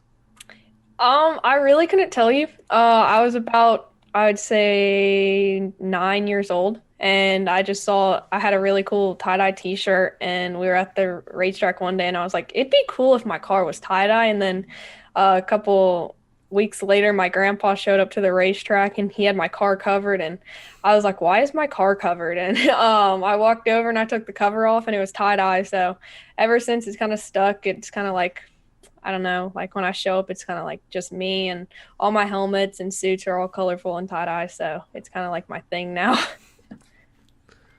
So I have to ask, being in the Drive for Diversity program, a lot of people hear about that during broadcasts or in different news reports, but a lot of people don't know exactly what it entails. So can you kind of tell us what on and off the track the Drive for Diversity program helps you out with or gives you aid with, for instance? Yeah, they kind of just help with everything from like just learning the car itself and like getting kind of learning like what each change does. Like, and when I go to the race shop during the day, I try to work and learn something new each time I go so that I'm more like well-rounded as a driver. So I know like how to drive the car and be fast on the tracks, but then also what changes we can make to the car. And then they also help with the media side of things and teaching. That was my twin right there, but teaching kind of like the media side of things and helping you get kind of interviews like this and just like getting yourself out there. So they help a lot with that. And then on track side of things, just having fast cars every time we go to the racetrack and helping out if we go to like a new track, kind of like get us in touch with the driver that's raced there before, just so that we can like ask him questions and just get as much information before we get to the track. I know with the Drive for Diversity program, they work very closely with Rev Racing, and a lot of people that are also in that, I know you have access to gain probably some good knowledge from people you're growing with in the Drive for Diversity program, like Raja Karoof and Gracie Trotter. Are those two good examples of people that you work with more? I would say definitely Raja. He kind of got into the legend cars right as I was ending on my last year. Was his first year, so I was definitely able to help him a lot in the legend cars, but then we both got into late models at the same time, so we've kind of like been bouncing ideas and all of our knowledge off of each other. So every time we go to the racetrack, whenever we come off track and all that, we'll kind of talk about our cars, what we think each other, like why one of us might be faster than the other and kind of just help each other get there so that we can both be up there in the front of the field. So the two of us have definitely come really close. And then also like my new teammates this year, LeVar Scott and then Regina Servant as well. We've gotten really close and really good at kind of like working with each other to learn as much as we can at their tracks. That's awesome. So, well, you did drive and race Legends cars for a while, but now you're kind of transitioning into late models. What has been the most difficult thing to adjust to between those types of cars? Like, what makes those types of cars or that style of racing so different? I would say that it was pretty easy, in my opinion, to go from the Legend car to the late model just because of like the power to weight ratio. It's much easier, I feel like, to drive a late model. But the one thing I did have to get used to was the size of the car, just because like I've never actually had a car where I sit on one side. And so I've kind of like had to get used to it, especially like when I'm passing cars or going down the straightaway, just how close I can get to the wall. And after all of last year, I kind of struggled with passing and just like keeping not too much room or not being up on top of the person while passing. And then I would say the past 2 or 3 races that we've had this year, I've been able to get much better. And now I kind of have like a feeling of how big the car actually is. So correct me if I'm wrong. I heard you are an avid sneakerhead, and I'm also a sneakerhead myself too. So A, how many pairs of shoes do you have? And B, out of those pairs of shoes, what are your favorites? Well, you can kind of see like my wall behind me. Those are like just my like favorites that I have. I probably have about 30-ish pairs of shoes. My favorite like type are Yeezy Boost 350s. I really like Yeezys or Jordan 1s, but they have to be the highs. My favorite shoe that I have is the Travis Scott Jordan 1. Those are my favorites, or the zebras, the Yeezy zebras. But I really want the Chunky Dunkies. If I like had to pick a shoe that I could get, it would be the Chunky Dunkies, the skateboarding Nikes. So those are definitely my favorite shoes. I just think it's funny hearing some of these names. I'm not a big just right over your head for shoes. I buy one pair of shoes like every 2 years. So I'm really bad with shoes. So I think it's just I hear these names. I'm like, I didn't know that was a shoe. No, I get it. At one point in my life, I had about 26, 27 pairs of shoes. When the pandemic started, I was like, I don't wear a lot of these anymore anyway. So I just sold them up and stuff. But it's cool to talk to another sneakerhead though. These 3 certainly aren't. Sorry. I just had to ask because again, like you said, I'm no way am a sneakerhead. I personally don't really get into it. I'm like Danny. I buy a pair of shoes like once a year for running, and then I just go with that. So I got to ask, how do you get into it? Is just something that organically grew over time, or was it like, hey, this is really cool, I'm gonna start doing this? Like, how did you get into it? I would say about almost 2 years ago now. I was kind of just looking online, and I was with one of my friends, and I like never heard of any of these shoes before. Like I never even knew like Yeezys or Jordans were like really a thing, because I used to just wear like one pair of tennis shoes all year. And then about 2 years ago, I got a pair of Yeezy Boost 350s, and it kind of just started from there. And then now I'm trying to find out like getting these shoes when they release and all of that type of stuff. So it kind of just like came to be. I really never saw it coming, or never really thought that I would like shoes as much as I actually do. So it kind of just like popped up out of nowhere. That's pretty cool. Well, you got an awesome setup back there for sure. Great for Zoom calls like this one. But to get back to racing, I guess really the final questions we got here is, you say the end goal is eventually to get to where you're racing on Sunday. You want to get into the NASCAR Cup Series. I'm sure it's any late model driver's end goal. But looking more the short term, what would you say your goals are for the next like 2 to 3 years going through the Drive for Diversity program, and what's next? Well, especially this year, the main goal is to get wins. We were really close at Hickory, and then just mechanical failure happened. But get some wins this year, definitely finish in the top 3 as much as possible. And then next year, hopefully, I'll still be with Rev, and I can kind of do with what Rajah Caruth is doing, where he's doing like both ARCA and late models at the same time. So hopefully I can do that next year, and then in 2 or 3 years, hopefully I'll be running ARCA and then maybe working my way into trucks. So I I want to make sure that before I like move up, I don't want to move up too fast, and that I can get good at whatever car I'm in before I move up. So that's kind of like the main goal, but definitely just work my way up the ladder as I can. Well, Isabella, you're certainly a talent. We look forward to watching grow over the next few years. We appreciate you taking time to join us here on the NASCAR Weekly Podcast. Where can people find you on social media? Yeah, they can find me on Instagram, Facebook, and Twitter, just at Isabella Robusto. And I'm normally up on there a couple times a day. Try to be on there as much as possible, just like keeping everyone updated on what I'm doing. Well, there you have it. Go give her a follow on all those social medias, guys. Now, back to the show. Hey, we're back. Hello. Hey. Yeah, Hey. I didn't know when we was coming back there. But yeah, we're back. Hope y'all enjoyed our conversation with Isabella Robusto. Quite the shoe collection that she has. Yeah, she definitely beats my collection. I used to have up to 30 pairs, but But speaking of collecting, we may not collect shoes, but guys, we collect diecast. Mm-hmm. And we want to thank our sponsor, Lionel Racing, for being the official diecast producer of NASCAR. And you can be sure to pre-order your favorite 2021 NASCAR diecast from LionelRacing.com. What are we rocking today? I'm rocking the Noah Gragson 2020 Daytona win, well, complete with a checkered flag. I'm rocking the 2003 Dale Jr. Chance 2 win, the first ever win Chance 2 Motorsports got in Daytona 2003. And it's a clear version. You can see right through it, too. When did they stop making those? Because I feel like I've never seen that in my life. Existed, Probably about Yeah. 2003, 2004. Yeah. Mm-hmm. Well, I'm rocking the generic 2008 Dale Jr. Amp car. I know. That's Look a at classic. That's a classic. look at it in. It's not completely clear, but they used to have all these sponsors all up and down it. And I remember during practice sessions, they'd be like having the hood up and the deck lid up. And I remember some teams at that point even had sponsors underneath the deck lid too, just so that in case a camera was there, they could use They that ad still do space. it a little bit. There's a Chevy emblem under this one. There's nothing here at all because it's a And I got a car that actually was sent to me as part of my P.O. box yesterday from wow. Firebird Dave, a signed Bubba Wallace aftershock Damn. car. That And I love bit it. that they I used love is awesome. perfect. I love this scheme just because I like that the orange roof number actually matches the scheme, and then somehow Bubba signed it with like a marker that matched as well. Like this thing is so well color coordinated. I had to show it off on the stream this week.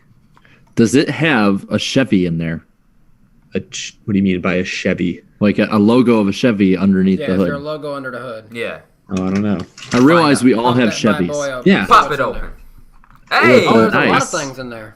With aftershocks and wicks, it looks like. Perfect. Wait, So they still do it only opens up this much, so you kind of have to peek in there. See, because mine has Chevy, National Guard, Amp, and Quaker State. Oh, Dale Jr.'s And doesn't it have funded. Dale Jr. Whoa. autograph in there, too? Dale Jr. autograph there too, right? Yes. Nice. Perfect. Cool. This sound is so satisfying to me. But definitely get your favorite 2021 diecast pre-ordered. I have got the 2021 liquid color version of Alex Bowman's paint scheme, and I've got the race win from Richmond ordered. But let's get Nice. back into it. Thank you, Lionel Racing. Thank you, guys. Guys, I know some people were talking about some bad storms in Texas, but I think there's a storm coming here. It's the lightning round on the Just run a NASCAR lap. Weekly This Podcast. man just got up and ran around my office. And I just hit my knee, and it hurts a lot. So You didn't scare while I'm Shugs. crying pain, Jarrett, what do we have on tap tonight? Well, Brett Moffitt and Joey Gase have actually switched to Xfinity Series points now, according to Bob Pockrass. Former guest and friend of the show, Josh Revelle, made an awesome video about the legacy of Danica Patrick. Just saying, I highly recommend that. Go watch it on YouTube. Haley Deegan has joined the Old Man's Gentleman Club of the SRX. Well, don't phrase I it don't- like that. Yeah, sorry. But no, I mean, it's like old people and Haley Deegan. Yeah. Pretty much. It pretty much is. Ryan Vargas is throwing it back to Mark Martin's valvoline car, and it amazes me that for some reason a team that isn't Roush can throw back to Roush's arguably best, or at least one of their best drivers ever. And it's a non-Roush team doing that, better than Roush, but whatever. The 2022 Daytona 500 logo has been unveiled. Let's just ignore the fact that I leaked it about 5 days earlier, but whatever. Looks good, cool. Very colorful. It is. It's a very good logo. Marcus Lemonis is looking to be working with Rick Ware Racing. I cannot speak to save my life tonight. On an IndyCar deal, right? He's like, what do you need? Yeah, everything. And then everyone was like, dude, everything. I'm like, holy crap. I believe so. Steve Phelps says the drivers will not be required to be vaccinated against COVID-19. Making a requirement could lead to a slippery slope, but they will encourage it, which I think is about the best thing you can do. Can't force something on somebody if they don't want it. Have any other sports leagues, has baseball mandated it? Like, are other sports leagues mandating it? Because I don't even know. I've not counted. I think it's more just the court of public opinion at this point. Most people are getting it anyways. Like I feel like most everyone's getting it because they just want to get this thing over with. But I think at least all of the podcasts is at least halfway vaccinated. I'm getting mine on May. I'm getting mine on May. I just wasn't sure. Well, my thing is just like I get so sick of the people on social media. They're like, they need to post if they've gotten it, and it's like they don't owe you a damn thing. Like that's their they can do with their medical info what they damn well want to. I understand like they have a platform and you want them to use their platform to promote something that is perceived as a good thing. But yeah, at the same time, it's like I don't know. Like, if you really need to wait to see if Brad Keselowski or Joey Logano is going to show up their little card for you to then decide like that. Guys, I got my special piece of paper. Give me my Twitter clout. Now, I don't know. If they decide not to get it entirely, in my opinion, that's just stupid, man. Just get the back. If you certainly, especially if you have the driver, if you've drivers going out there actively like saying it's bad or saying that you shouldn't go get, then okay, NASCAR probably doesn't want that PR, and I can understand it. But let me just ask y'all this. So we've all had shot 1. None of us have had shot 2 yet. And I've heard shot 2 is where you're going to really be feeling it the day after. So I scheduled mine purposely on Saturday so that I am going to have all of my downtime right there. Mine is scheduled Friday. Yeah, he's got his on Monday. Next Friday. I'm on a Monday. Oh, you poor Oh, boy. no. That's what I did last time. It's the only one that was open because Illinois sucks. For me, I think at first I might have felt like, I don't know, not even anything of a cold. Your arm was my arm was a little right? sore. Yeah. That's about it. Well, outside of vaccinations, there's still tons of stuff having to do with NASCAR here. Dr. Pepper is sponsoring Bubba Wallace at Kansas this weekend. And not just Austin, Dr. Pepper, it's what Eric is drinking. Yeah, well, I got the cherry version, but the Dr. Pepper, I'm just happy to see Dr. Pepper in NASCAR. I love me Dr. Pepper. Texas brand.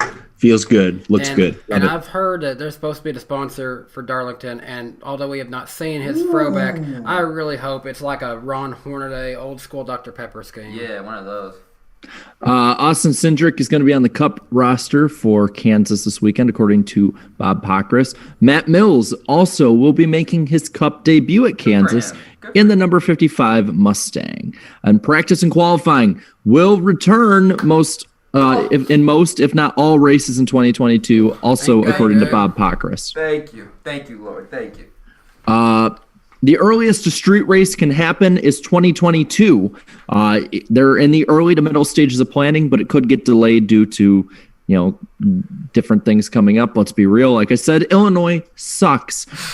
This all except the Illinois sucking part, according to Adam Stern. It looks like that iRacing event isn't just going to be an iRacing event is all that we can really say. Yeah. Tyler Ankrum will be throwing it back to Ricky Bobby's number 26 Wonder Bread car. It's about time Dennett Racing got some love. About time Dinner Racing. It's been too long. William Byron and Kyle Larson have a new sponsor, Valvoline. And William Byron's really Valvoline throwback sponsor, is to just Neil extended Bonnet. Just new to them. Yeah, extended partnership, basically. And William They Byron's left your boy Valvoline. Bowman, man. Well, he's good. He's got Ally. They love him all Nice. season. He's good. He's good. That's true. He didn't need them anymore. William Byron's throwback is to Neil Bonnet with Valvoline. So that's the second half. Yeah, that was cool. I was just surprised that they threw back to a 24 car that was not Jeff Gordon. They threw back to Bonnet was, I guess, the 75. Yeah, but I'm just surprised to see a non-Gordon scheme on the 24. Those exist? When are we ever going to get the classic 2000s blue and red flame car? I really want to see that. I'm waiting on I wouldn't mind that either. I guess they did do the Days of Thunder. They've done the rainbow like a few times now. Yeah. Yeah. Racing Reference destroyed its site, and it wasn't really Racing Reference; it's more NASCAR. They've removed comments, did it really and get they've bought by NASCAR, because I didn't know that. yeah, they've been owned for a while. Wow. Truex and Auto Owners is doing a Furniture Row Matt Black throwback. Jeremy Clements is throwing back to mid-2000s Dale Jarrett's UPS car. That's a great one. That one might be worth a diecast order. Yeah. NASCAR Heat 2 and 3 servers are going to be shut down on Friday. Some are already being shut down, so just letting you know, if you and your friends want to race on that for some godforsaken reason, now's your last chance. That's how you feel. And then, well, let's be real, like those games are pretty hot trash. And then Colleague Racing will be going full-time to Cup in 2022, according to Mike Bagley. So who will their big. driver be? We'll have to wait and see. Yeah, we don't know. We do not know. Mega Casgralla, that dude seems to be doing pretty good in the I'm minimal all for starts they AJ give him. Allmendinger just to get that team off the ground. So. Yeah, a lot of road courses. Exactly. There you go. Strike me with lightning. Woo! And that was the lightning round on the NASCAR Weekly Podcast. And now, back to the show. Before we get to all these highly anticipated super chats I know Danny will be reading through and answering, we have to thank our other sponsor, as always, Forney Industries. For all your metalworking needs, Forney Industries has what you need for from professionals to do-it-yourselfers. Head to Forney Industries or forneyin.com, forneyind.com, or an authorized Forney dealer to get what you need for your next project. Check out Forney. I don't have the hat this weekend, but Forney, Forney. Check them out. Darian is biting his tongue over there. Contain yourself. Don't say it. Don't say Contain it. yourself. Don't say it. Please don't say it. No, who farted, Darian? No, yes. That's good. That's calling y'all out. But thank you to Forney for supporting the NASCAR Weekly Podcast. Thank you, guys. All right. Go for it, Danny. Well, appreciate all of our friends at Forney Industries, but Thank you. this show is also funded by viewers like you, so let's get into the Wait, super chats. Yes, We're our on PBS? segment. We are PBS. Yes. NASCAR on PBS. Up in this move. Your tax dollars at work, boys. All right, starting out tonight, G and a $5 appreciated. Just a friendly reminder that 35 out of 40 drivers finished this race at Talladega. 26 finished on the lead lap. Logano is the same guy who had a bad wreck of Brad Keselowski at Daytona. Don't say that. Don't say that last part. Yeah. Wah, wah. $1.99 coming in from the Groovy Goose, Eric's pet goose, if you didn't know that. Is Christopher Bell related to Taco Bell? Spin a UFO. Spinning it That's right a conspiracy right That's a there. conspiracy right there. now. The Yeah. world At may least give never him know. a one-race deal in terms of sponsorship. Yeah. Forget front row for a minute. Let's go with Christopher Bell. Let's do it. Camden Jester comes in at $5. Appreciate that. Logano better change his style. He makes the worst blocks in NASCAR, then complains about this. What the actual heck is he complaining about, says Camden. Well, I mean, he did have his roll cage cave in on him and he couldn't get out, so I understand. Yeah. Yeah, it's a little bit, I don't know. Feels a little bit different when you're on the other end, I guess, but, we'll see. $4.99 coming in from Platinum Paradise. I agree with Dale Jr. The spoilers are obnoxious. I like the 2002 to 2005 plate racing. Same. No major injuries and still big packs and entertaining. And big flips. Big flips. We love Just saying. There were big flips. Yeah, I mean, well, there was a few. I mean, you had Newman's flip in 2003 at the 500. Remember Both Scott of Riggs, Sadler's- 2005, Scott fall Riggs. one. Elliott Sadler, 2004. Scott Wimmer had a flip, I think. 2005 Daytona 500. And, Elliott Sadler a few times. 2003 and A few times. I like how Eric's like, no flips, and I'm like, I'm like, this is it. Yeah. No, I said there were a bunch of flips. That's there right. were. Yeah, I was saying there were. sorry. okay. I thought you said That was my point. I was like, Dale, yeah, we can get the spoiler small. Logano's still going in the air if he gets Yeah. hit by Stenhouse like he did in this race. Like, I'm just saying. Like, All right. Preston Friels comes in at $4.99. Appreciate that. Out of all the young drivers, who are the best plate racers? Mine would be Eric Jones, Willie B, and Ryan Blaney. William Byron is actually getting to be a really good. He's aggressive, but he's also a really good plate racer now. Blaney definitely one who's getting a lot of wins. Or he's at least competing up front week in and week out on these Bubba can superspeedways. stay up front, but he can never finish it out. Yeah, that's the thing. yeah, Bubba gets an honorable mention. He'll for be me. up there. And Eric Jones, I mean, outside of last weekend, had a second and a fifth place run in both of the Talladega races last season. So and he was in the he's top moving 5 on the right last lap this week, too. Yeah. aside from, he got the win at Talladega a couple years ago, but Chase Elliott's kind of like hit or miss on the super speedways. As far as best qualifier has got to be Bowman. He's got the front row for Daytona the last 4 years now. But obviously, the best young super speedway racer at the moment is without a doubt Kyle Larson. No, I can't. I'm not gonna go there. Let's move on. I actually am gonna lob Eric Jones's name in there. I think he took the lead late in this race with some pretty impressive moves. He should have gotten the top 5, but decided to be a hero in the trial. Dang it. Yeah. GN comes up another $5. Also, round of applause to Bob Levine for hiring talent that never won any races, but being critical on Twitter for Bubba's hiring 2311 Racing. Yeah, that's a pretty fair criticism. Well, let me just say this. He comes off to me as a bitter old man.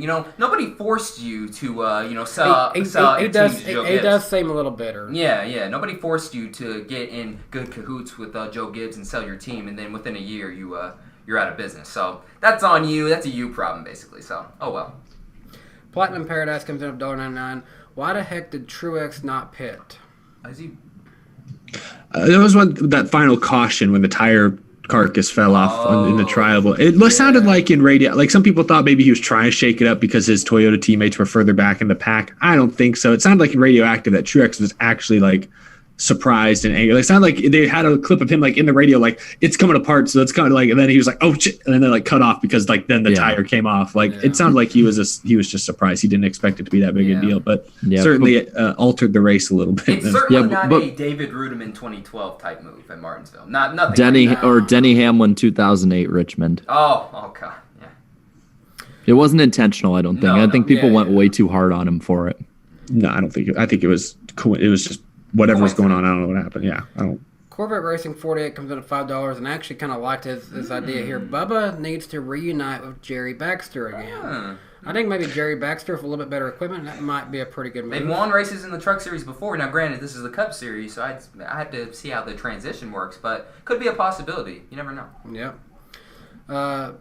We got Saint Denny comes in at $5 Canadian. Darlington Throwback Weekend needs throwback commercials. That would be pretty cool. If you get, like, I know they've been having the stuff, the throwback pictures of Chase Elliott holding his championship of Hooters and everything. That would be pretty nice if they would shoot a Hooters retro commercial of Chase Elliott. Yeah. Like that with the Alan Kawhi. I'd support that. Yeah. That'd be down. That'd be a pretty cool commercial. They might even do it for that weekend. Groovy Goose, Eric's pet goose, back with another $1.99. He's not my pet. He's your pet. It's your pet. It's your pet goose. Yeah. Matty D, more like Matty D and less spin UFO. This is the most expensive we've gotten in a long time. Burnout Network coming out with $5 with Colin going full time in 2022. Who are your favorites to get the ride? Kaz, AJ, Haley, other. Happy to see another good team move up. Yeah. I mean, a feel-good story. I mean, Sloppy Joe had pointed out on Twitter, 2016 single-car operation, and now 2022 will go full-time in the Cup Series. Within the team, I think your best bet is it's not the sexiest pick, but AJ Allmendinger with the abundance of road courses and also just that veteran presence to me. I feel like you need that. Now, in terms of an outsider, I thought about this. Isn't Ryan Newman's contract up with Roush Racing after this year? You're not going to pick Newman. Hey, I mean, I'm just saying, new team, new operation, you need a veteran guy to get it off the ground. I like that too. Go with Kaz.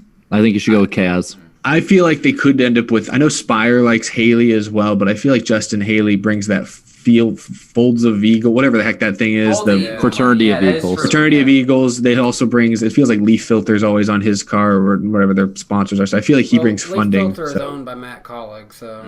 Yeah, but why has he only ever put him on Haley's car? It feels like so. I don't know. It's his favorite son. So who are you going to pick for your Cup ride? Probably your favorite son, right? Isn't that how that usually works? I don't know, but I don't know enough about Kaz. Like everyone says Kaz is great, and then I look at his he's good, but he hasn't done anything in NASCAR. Well, hold on. Other than win at Daytona in a truck. Well, hold on. In his Cup Series debut, he filled in the Daytona Road Course. on the road course. Got a top 10. But I like all this hype has been built off that one race. Like that was extremely special. But I'm just and he just scored another top 10 last weekend, so I could see why. John Hunter Nemechek had a top 10 at Darlington last year, and then went on to lead the series in DNF. So yeah, good point. Well, it's he's one another race. good possibility too. Like in my episode today, I even said Kaz would be my pick. So I agree with you. I'm just trying to figure out why we all agree on Kaz, because it.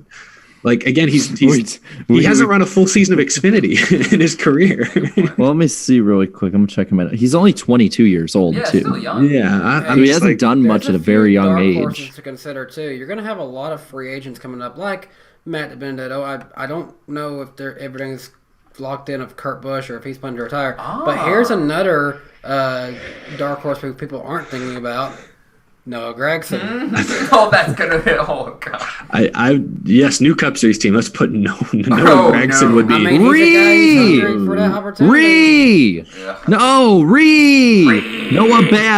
Noah bad. Noah not best at keeping cars safe. That's for saying, sure. with Beard Motorsports likely probably done after what happened. That could be Noah's next opportunity right there. Oh, yeah. Noah Gragson went bald last night, too. I don't know why. I see we got some reeing in the chat, by the way. Yeah, you're right. He went full 5 points. Yeah. What else we got on the Super Chat front? We still got a lot to do tonight. They paid for us. I'm going to read it. Bear gives $2. Eric, there's a damaging tornado headed your way. Guys, Eric is fine. Eric is fine. It's not going near him. Mitchell B, thank you so much for the two $1 super chat. I know a guy named Mitchell Burke. I don't know if this is him, but he just gave $2 and didn't say anything. So maybe that was him. Hey, Mitchell. Johnny G, $4.99. Excited to go to the SRX Race 1 at Stafford Speedway. Great to see hometown boy Kaz P6 at Dega. We have a forgotten lost speedway here that's now a grocery store. Slap, get on it! Oh no, that's sad. I'm here in the grain aisle where we used to be in turn 1. Yeah. And then over in milk used to be the garage area. Yeah. And you see right here the organic aisle. That used to be the compost area. Yeah. You see, I'm gonna move my cart into where the first pit box used to be. Be like one of the TikTok videos we were watching, have like a car just smash into the. I'm trying to race the racetrack. It's not a racetrack anymore. It's a grocery store. I'm racing the track.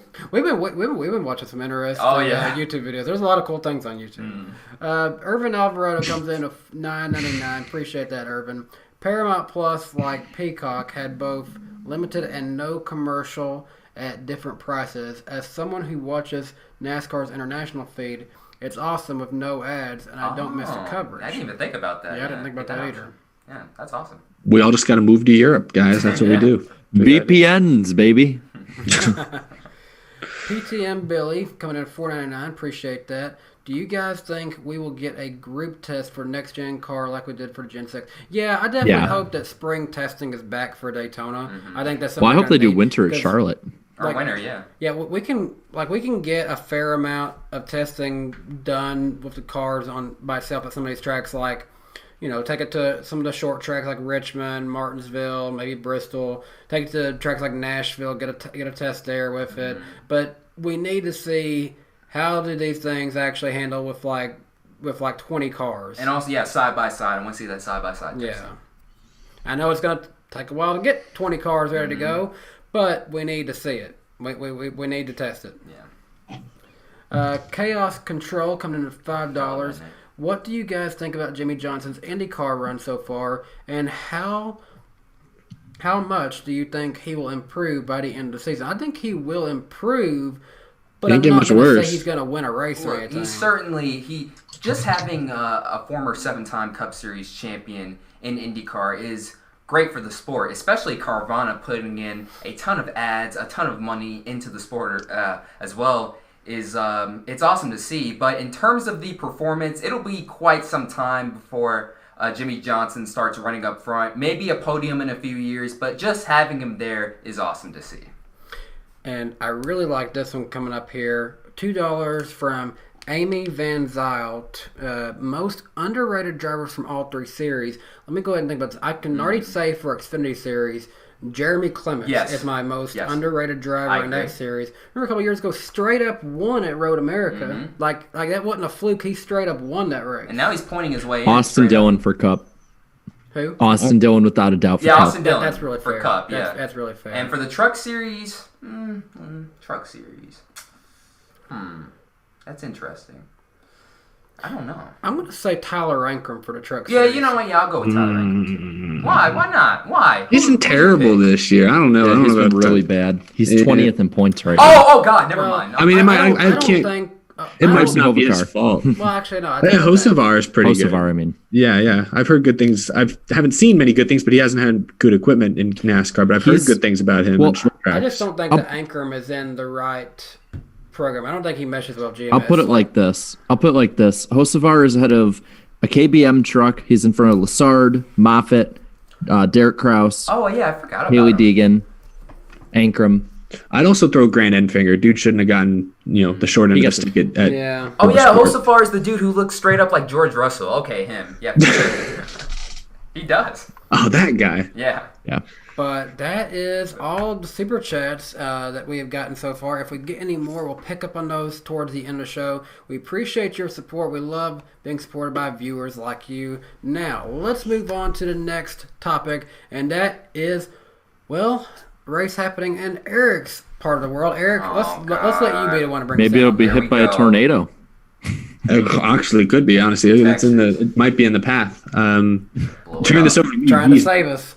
All right. Well, so yeah, I'll do my best with all this mess. Okay. So the Texas Motor Speedway All-Star Race, Eddie Gossage revealed the format for this year's master plan. That's a good way of putting it. Dingus. So let's see if we got this all right. So, okay. So there's going to be the open race as per usual. I think it's going to be the same as last few years. 20 laps. Winner at the end of that stage moves on. 20 laps, and winner moves on. 10 laps, winner moves on. Then there's a fan vote. So 4 people get in from the open race. Easy peasy. Then there's the All-Star Race. The starting lineup is set by a random draw. Round 1, they're called rounds, not stages, will be 15 laps. After this round, the field will be inverted, starting anywhere from the 8th through 12th positions to be selected by a random draw. I have no freaking clue what that means. I don't know Does it either. mean starting with like either 8th, 9th, 10th, they're going to invert that part of the field? I don't get it. Anyway, moving on. Round 2 is another 15 laps, and at the end of this one, the entire field is inverted, 1 through 20-something, whatever it is. Round 3 is 15 laps, and again, the field will be inverted afterwards, but starting again anywhere after like 8th through 12th, random draw figures that out. Round 4 is 15 laps, and that's it. It's just 15 laps. No inversions, no nothing wacky. It's no roller coaster here. Then at round 5, the big round is 30 laps, a little chunkier this time. The lineup for this round, though, will be determined. Or is this for the wait? Do we have this written down right? Is it the lineup for the round 5 that's determined by the cumulative, or is it round 6? I'm lost. I don't know. I don't know anymore. It's round 5. Round 6, they'll line up of how they finish in round 5. All right, so I believe this is correct. Round 5, the big chunky 30 lap. Oh God, Jesus. The lineup for this round will be determined by the cumulative finish from the first 4 rounds, with the best cumulative finisher starting from the pole.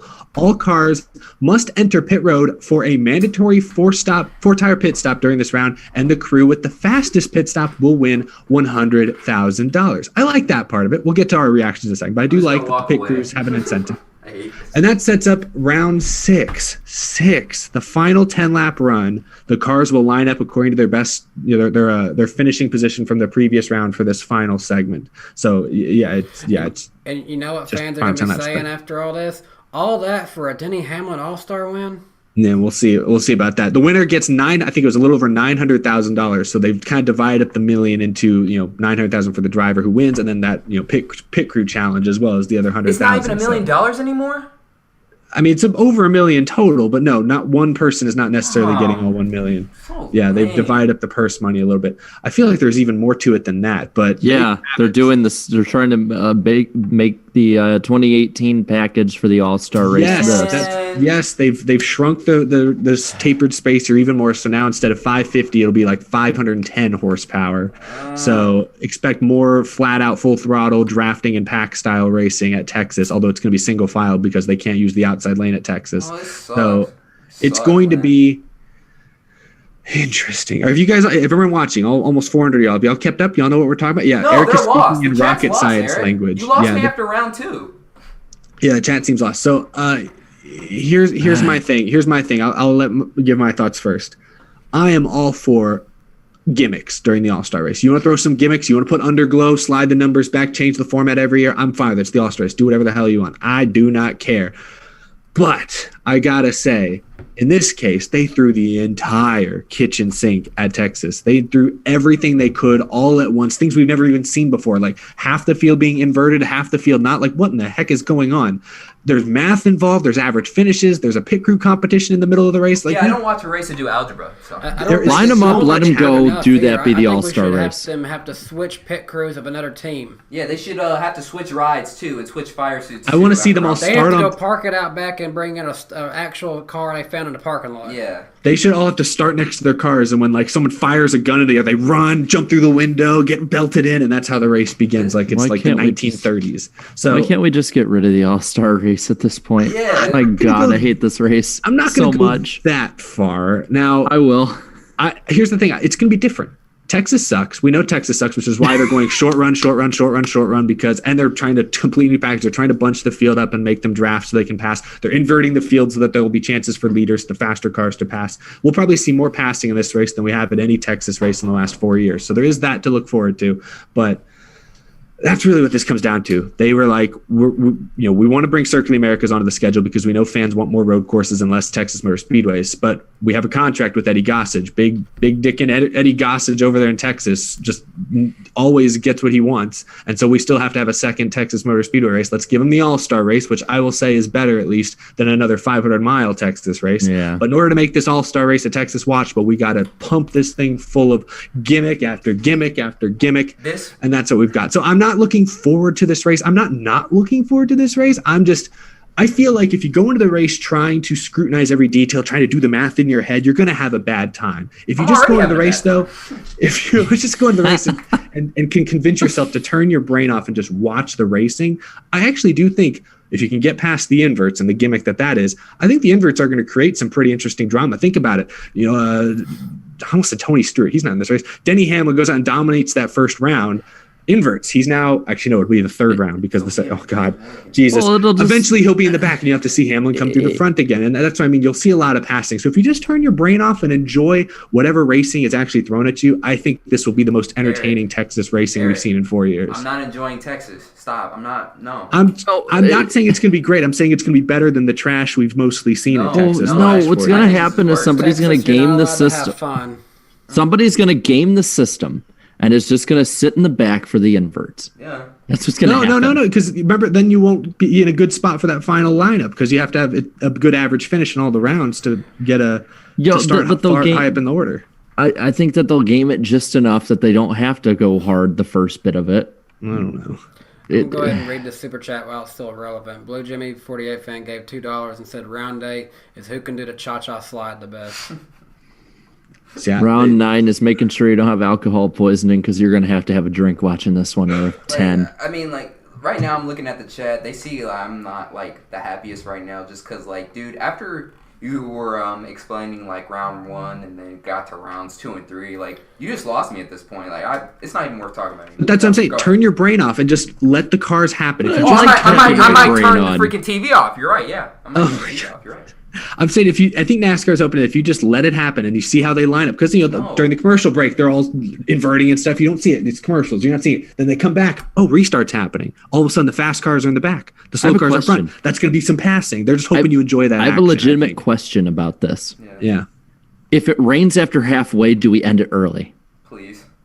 It doesn't rain in June in Texas. I have not been a fan of the All-Star race for a long ass time, and even Bristol was fun, but Bristol was a big letdown last year. We all said it, and it was not very gimmicky. Other than the door numbers and stuff, that was not a gimmicky race, and it was dry. The All-Star race has just become more and more pointless to me. The more and more you put the money down, it really takes away the actual selling point of it for the drivers of why would they go, too much harder when they already make virtually that, much if they win a normal race. The fans aren't behind it anymore. I'm can we just find a way to get rid of it?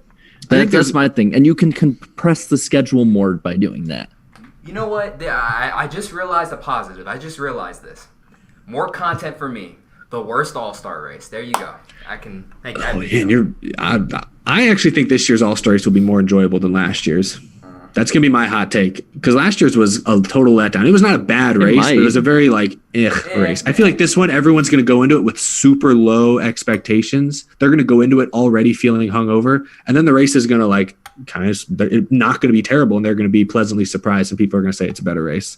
They'll say it's a better race because it'll be maybe average. I mean, maybe it will be like the 2018 race, and it'll be really good. But then at that respect there, that race had good enough racing with it, being a gimmick. But again, the All-Star race should have a reasonable amount of them. But then it won't need all these gimmicks of all this different stuff because the racing will be good enough. I just can't believe the All-Star race has fallen this hard. I remember in the early 2000s, man, it was, I can't wait for the All-Star race. You had these massive crashes sometimes, exciting moments, and now we're left to Texas with no banking, with algebra. We don't get a 500 miler. But I will be thankful about that. We don't get that 500 miler like we were saying before. Okay, all right. That's the only positive I can take from that. Yeah, good point. That's a huge freaking positive. Yeah. But hey, I'll say this. At least there's an IndyCar IMSA doubleheader the same weekend, so at least I have that. Ooh. Well, then you're going to have 3 very different styles of racing. So everyone will be happy. Everyone will find something to watch that weekend. I don't even consider this a race at this point. It's just some algebra gimmick, type deal. So, no. We have, whatever, crap show that is, and then we have the real racing in IndyCar and IMSA. So I'll stick to that. Goodness. All right. That's strong words. I'm telling you, I think it'll be fun. The All-Star race needs to be fun. I think, I'm with you, Jarrett. The All-Star race nobody really cares about the All-Star race these days. Nobody's cared about NASCAR's All-Star race. I feel like even in the mid 2000s, as a kid, I was hearing people say they didn't care about the All-Star race that much. So I just but I feel like that goes for many other sports as well. The NBA, nobody plays any defense. Nobody cares. Pro Bowl, nobody tries. Nobody does it. Baseball is the best All-Star game, I think. And even that one, people care less. They care more about the Home Run Derby, which is a pretty fun show usually. So I just feel like everyone's kind of tired of All-Star events. They want to just get to the point. Why are we stopping everything to play a game that doesn't really matter in the middle of the season? And I think that's kind of where everyone's at with every major sport. I don't, when they announced Texas was the All-Star race, we all knew it was going to be lame, but I'm applauding NASCAR. If they just went in and said, hey, it's going to be a 100-lap race, 30, 40, and that's going to be it, and we just do it, nobody would be looking forward to it. At least now, it's going to be something different. Is it going to be pure? Hell to the no. But the All-Star race has not been a pure race ever in its entire history. So that's not what the All-Star race is about. Is it going to be different? Absolutely. Maybe it'll be good. Maybe it'll be bad. That gives you a reason to at least somewhat watch. So that's why I'm not for it. I'm on the fence with it. I'm just, at least I can applaud Eddie Gossage for living up to living up to his word, saying that they were going to try something different, and they certainly did. I didn't expect this many gimmicks to be thrown at this race. All at once. Leave it to Eddie Gossage to do God knows whatever. I don't know. I don't want to talk about it no more. I'm good. All right. Well, I think that brings it. We're getting kind of late, so we're going to go kind of quicker on these next 2 stories because there's really not a whole lot to really reflect on of these. It's kind of some cool things, but nothing really that we need to go too in depth on. Netflix announced this past week that they are going to be producing a new documentary series focusing on Bubba Wallace's 2021 season and Michael Jordan's 2311 Racing's first season. So, did we talk about this last week? I feel like we did talk about it last week. A little, but not in depth, really. Okay. We did. But... Well, so what are your all's thoughts? Well, it's great for the sport. Now, obviously... I think the main goal should be a Drive to Survive series similar to F1. To be honest with you, I think a Drive to Survive series for NASCAR would probably be in Netflix's top 10 for a while too, just because NASCAR already has it's the most watched motorsport in America at the moment. So clearly, that would get a ton of views in America. But I think first off, I thought the crew was a decent start. But now we're starting to expand. I think the Bubba Wallace one, he's currently the most recognizable NASCAR driver in the series right now. So it makes sense. Yeah. I think if you're going to pick a driver to focus on, he makes the most sense. Absolutely. But I'm with you. I kind of wish that we could get a series that focused on even, doesn't have to be every driver or like, but like if we could pick like the 5 most interesting stories, kind of like the Motor Trend show did. They picked 3 or 4 drivers to kind of focus on very different teams, different backgrounds. If they could have done something like that for this, I would probably be more excited. But people recognize Bubba, they recognize Michael Jordan, they recognize really good production on that too. Yeah. Very good. I mean, I almost wonder, could Netflix even buy out the rights to that? 'Cause they might honestly boost the views up on that. Yeah. I'm thinking this one is another one, kind of like how CBS is with the SRX.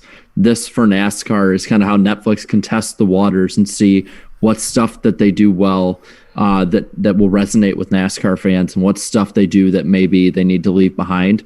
I just ask, take it seriously. Don't make it, like Fox and NBC do a lot and just make a big joke out of it, or just try and make it all lighthearted the whole time. Take the sport seriously like you would take any other sport when you do this. Yeah, don't laugh. That's all I ask. Yeah. All I ask. Yeah, I'm just sick take of these it shows seriously. I'm sick of these shows that laugh with the sport. We need something where it's not serious. It's at most of the time. As much as everyone loves Talladega Nights, and I do too. I mean, I love the fact that Ankram's doing a throwback from that. It's a that parody. Movie.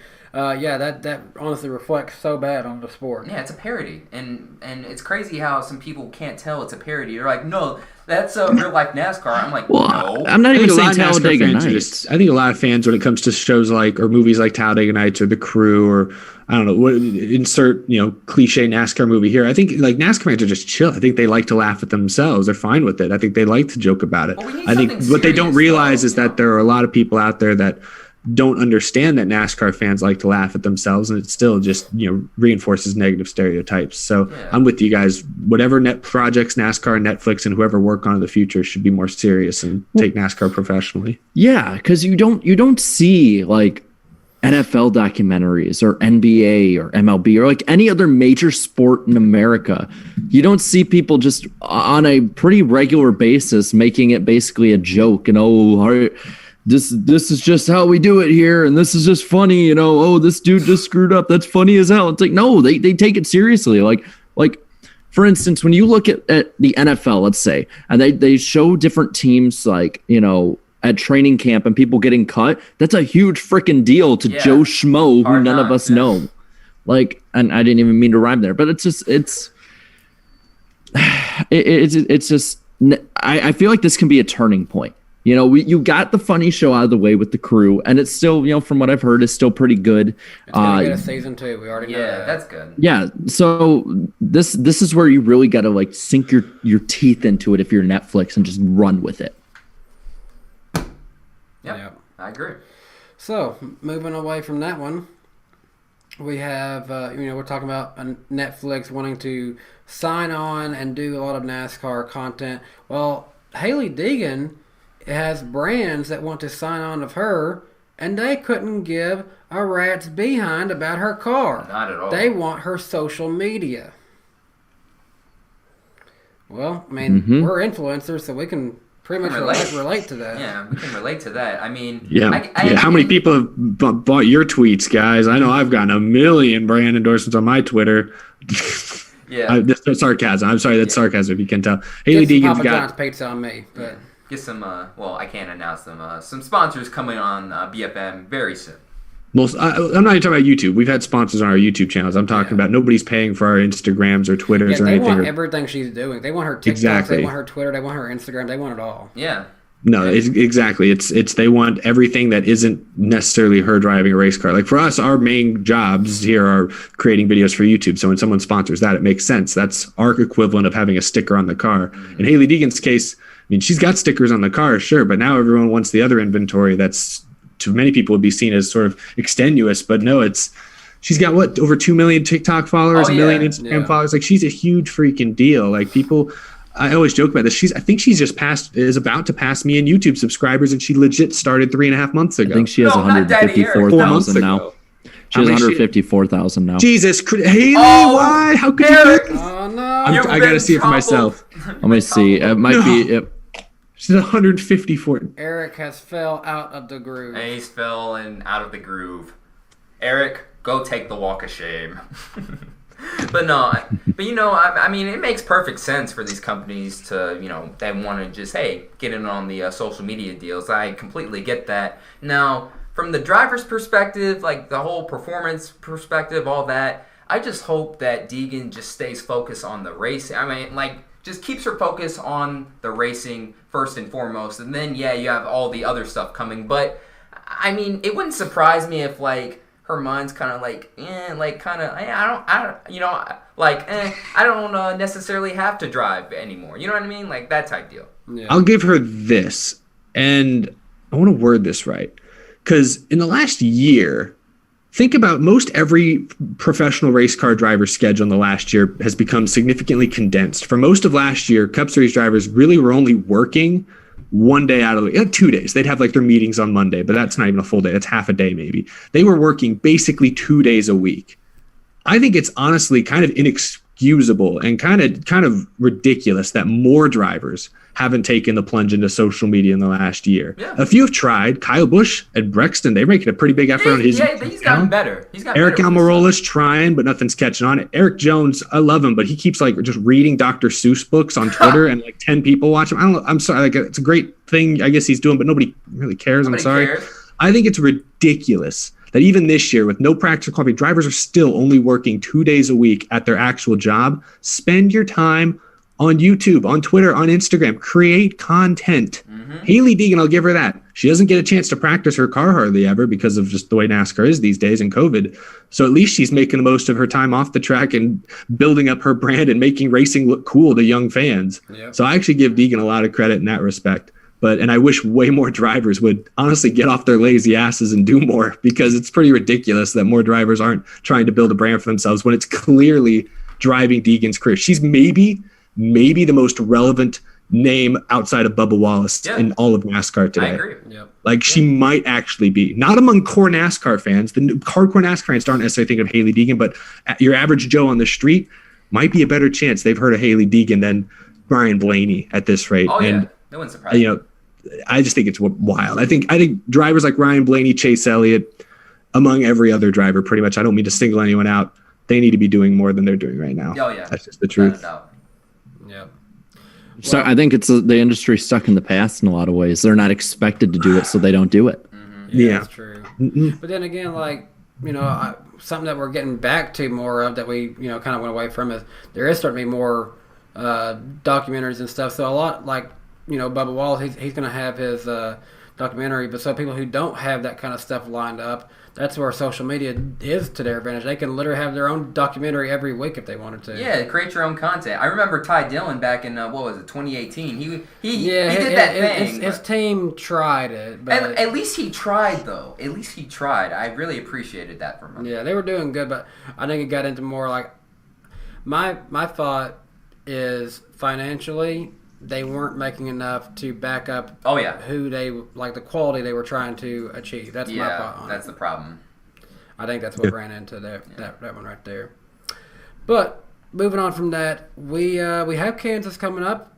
You can watch the Cup race on Fox Sports 1. It'll also be available on MRN Radio. It's set to start at 3 p.m. Eastern Time. The Truck Series race will be available on Fox Sports 1 and MRN. That will be Saturday night at 7:30 p.m. Eastern Time.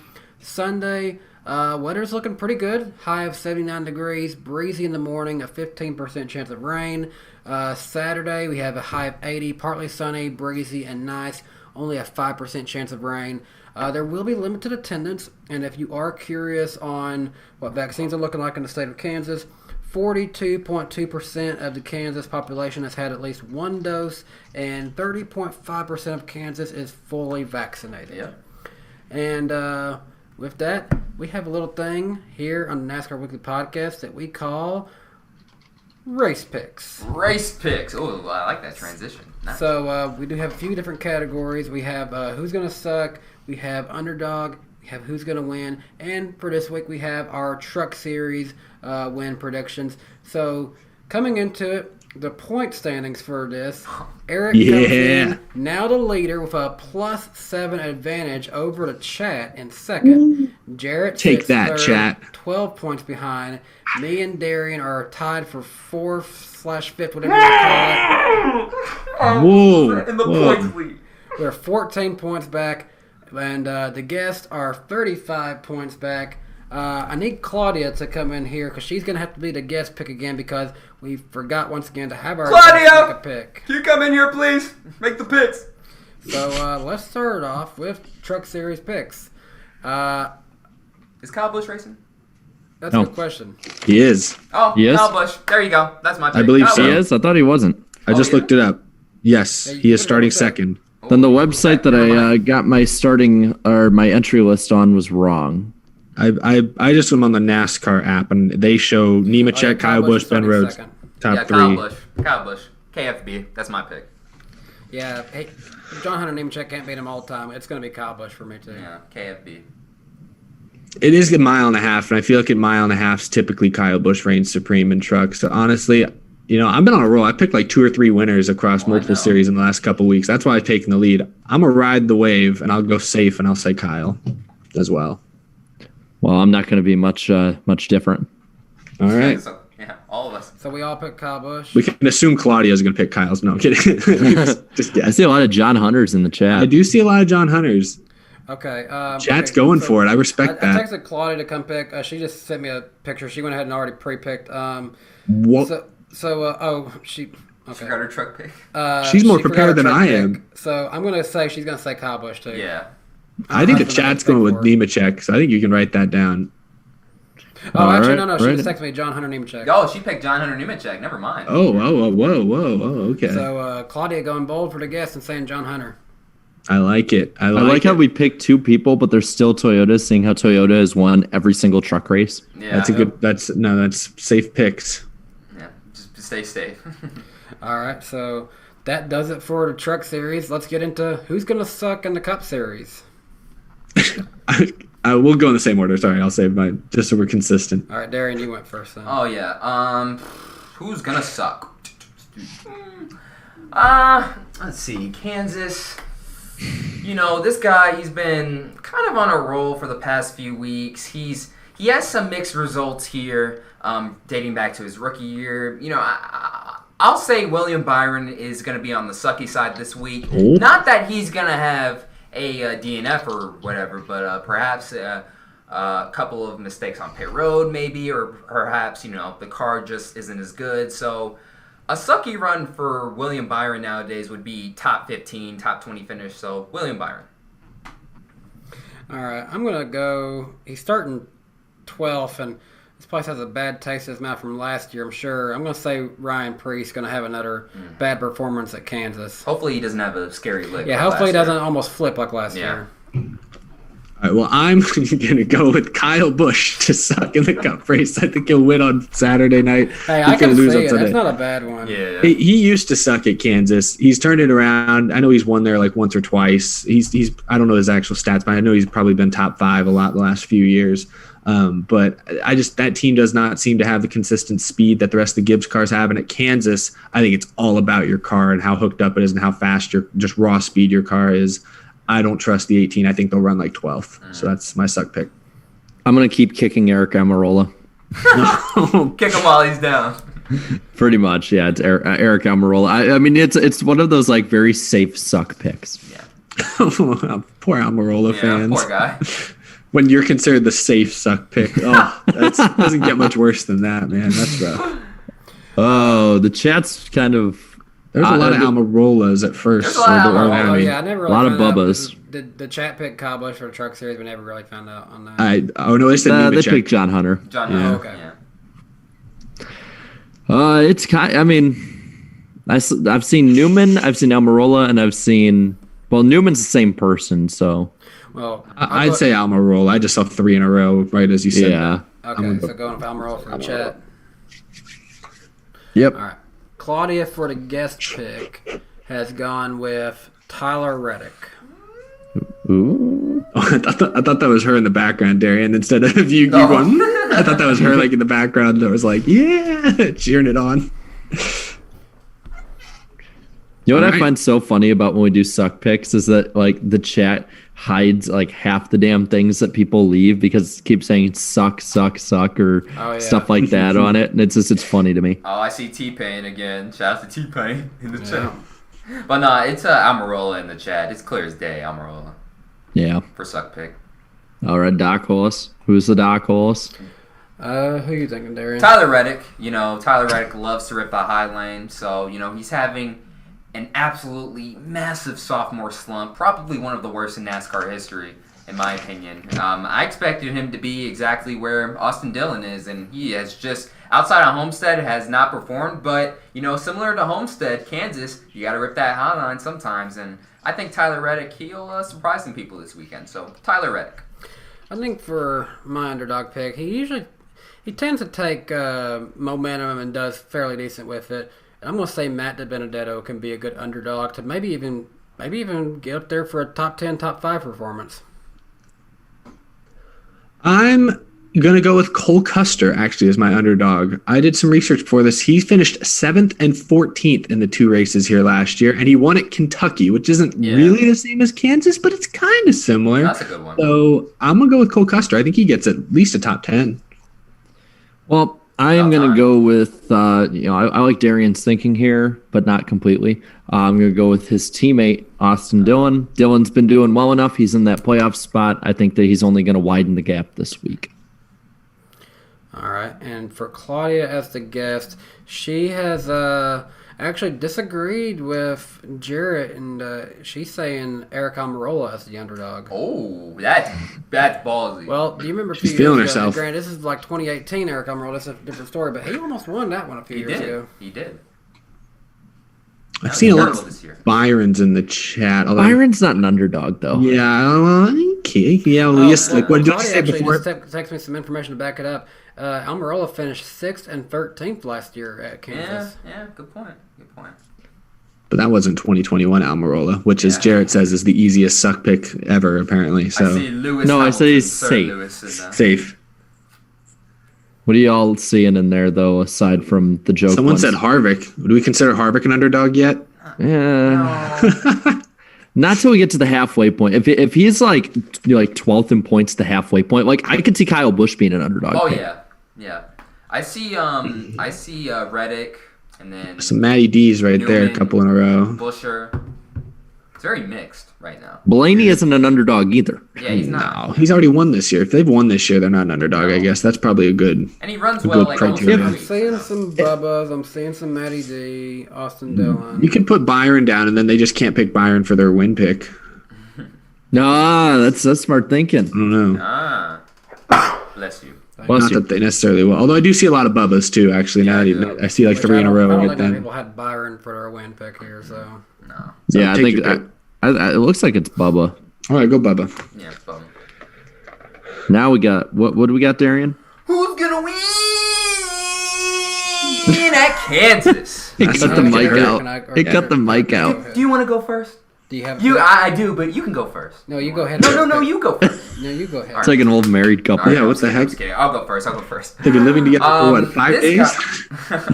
No, this guy, beginning of the year, I was like, ooh, their 1.5 mile program. Ooh, it's got me a little tense because it was so good, especially at Atlanta. I got to go with Kyle Larson here. Gets win number 2 of the season. Joins Martin Truex Jr. as the only 2 multiple time winners of 2021. I don't know, just something about that program they have set up. Could potentially see Larson out front by 5-6 seconds. I don't know, something ridiculous. So Kyle Larson. Well, I'm gonna say his teammate. He nearly won. He nearly got his first win here in 2019. Oh, no. And last year he was right up in that controversial thing with Harvick and Logano at the end of it. You already know what I'm wearing. Hey, this is honestly one of his best tracks. I think Bowman gets second Yes! this weekend. Yes! Yes! The meme is back. But hey, is it really a meme when I'm? It's actually a really good pick. It's still a meme, man. It was a meme for me to pick Harvick, and that was a good pick for a while. So I almost, man, this is tough. I'm still deciding right here. I was leaning towards Hamlin because Kyle Larson finished, he sucked at Richmond. They ran 20th, and then they had the amateur hour mistake at Talladega, didn't even turn 2 laps.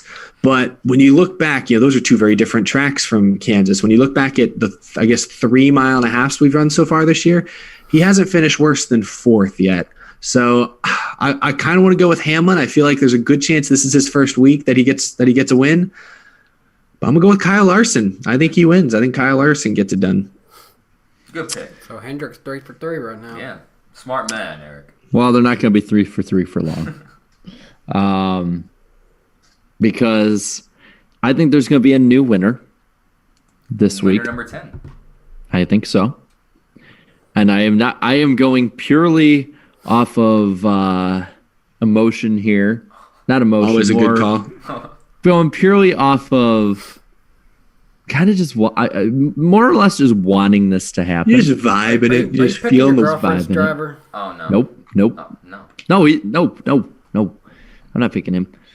The horny police guy called on him if you saw it was trending. Yep. Yeah, Hamlin got caught in 4K. Anyway, no. What day is this race going to be run on? Man, I don't know. May 2nd? Yes. Okay. What is this race called? The Bushy McBushface Go ahead. race? The Mickey McBush Race 400 or whatever. I don't get it. What? Okay.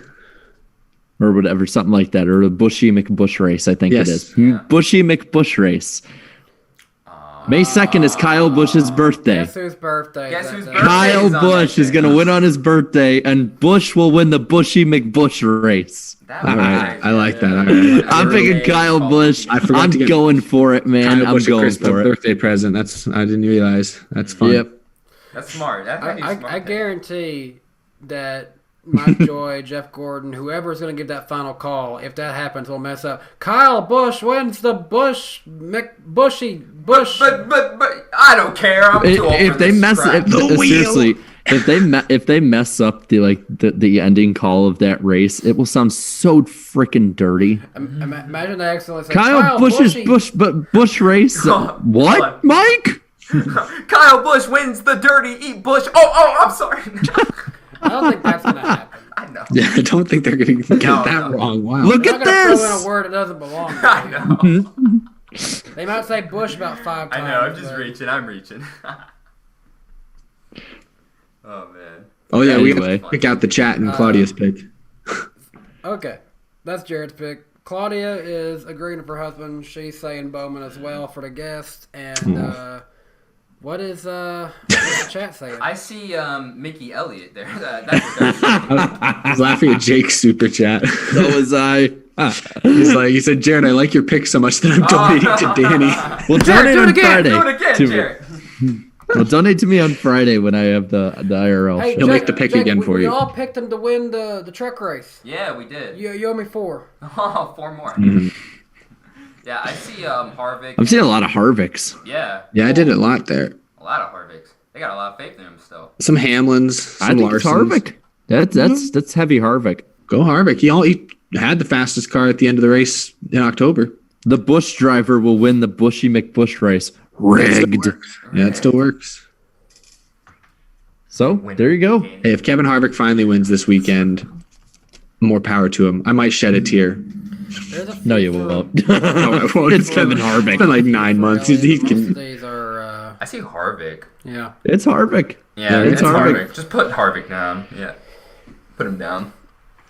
I mean, worst case scenario, the chat's got a pretty good lead, and if they're way wrong, well, Hey, that's good for us. They could be humble a little bit. Yeah, Hey, no, I'm in the lead. Chat's not in the Oh, lead. no, no. Oh, wait, Second, never mind. yeah. I'm so used No, to them. yeah. I know. Mickey Eric is in. No, this is all real. This is happening. Until you lose the points lead like Danny and I did. One of these weeks I gotta get like I have Mickey Mouse ears. I'll bring those in one week whenever. Yeah, bring that. All right. So If Bowman, Chase I'm- Elliott wins, wear them. Yeah. Bowman, I'm banking on you to bring me back up, and the guests really need to come back up. Yeah. Alrighty. Well, this has been fun, boys. Oh, I guess we just got a few things left and announcements after Super Chats. Yep. Yeah. Yep. Let's read the final few super chats from viewers like you. Thank you. We appreciate the support. Red Blue Jimmy 48 fans earlier. Let's see. Okay, there's a few other ones. All right. Groovy Goose, All-Star Race to Eric's backyard. It has a bird bath. Does it have a bird bath? Oh, well, yeah, I guess my parents' house does. I guess that's probably been visible in a video before. You have Yeah. a better race in the bird bath than Texas Motor Speedway. Might be true. Just take some 164s and race them around the bird Yeah, bath. there you go. Actually, you would have a much better race by putting your small-scale diecast in the toilet and flushing it. Let's just have the All-Star Race at Groovy Damn. Gulch. Yeah, Honestly, why not? that would be fun. All right, let's get these things finished out. All right.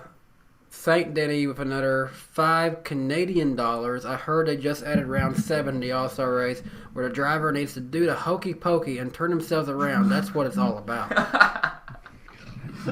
Burnout Network, $2. Round 9 is a rock, paper, scissors battle to set the lineup. Thomas Jarrett with $2 Australian, maybe? I think so, yeah. I like that. Round 7 is running C-Fix, LMAO. On iRacing. Philip Richards comes in at $5.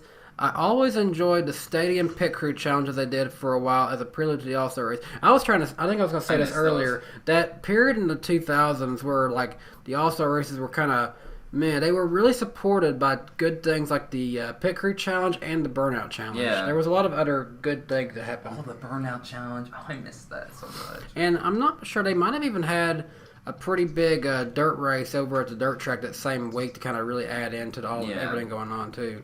So I think they really did a good job of that time period. Now we have Texas. Just hope it don't miss. Yeah. St. Denny with another $5 Canadian. It would be cool if every season they did a different driver/team. Oh, for Netflix, yeah. That'd be pretty cool. yeah, that's smart. Yeah, I thought we were talking about the All-Star Race. Yeah, like, I'm like, what? Yeah, but know. I get that. That's smart. Jake Baskinger, again, appreciate it, Thank buddy. you. Blue Jimmy 48 fan, another $5. Imagine if Kyle Busch won the Bushy McBush race on his birthday the same day as mine. Still though, great show and thanks for the 21st birthday wishes. Happy birthday, buddy. Enjoy. Happy birthday. man. Happy birthday I to know he's you. I know he's a Larson fan, so hopefully he has a good run for him. Yeah. GN comes in with $2. Appreciate that. Jarrett, when is the next J-Ski stream? I enjoyed it. So that's the IRL stream. That'll be we'll do a J-Ski one in the next month or so. But that actually, since I assume that's like the last one, the last super chats, right?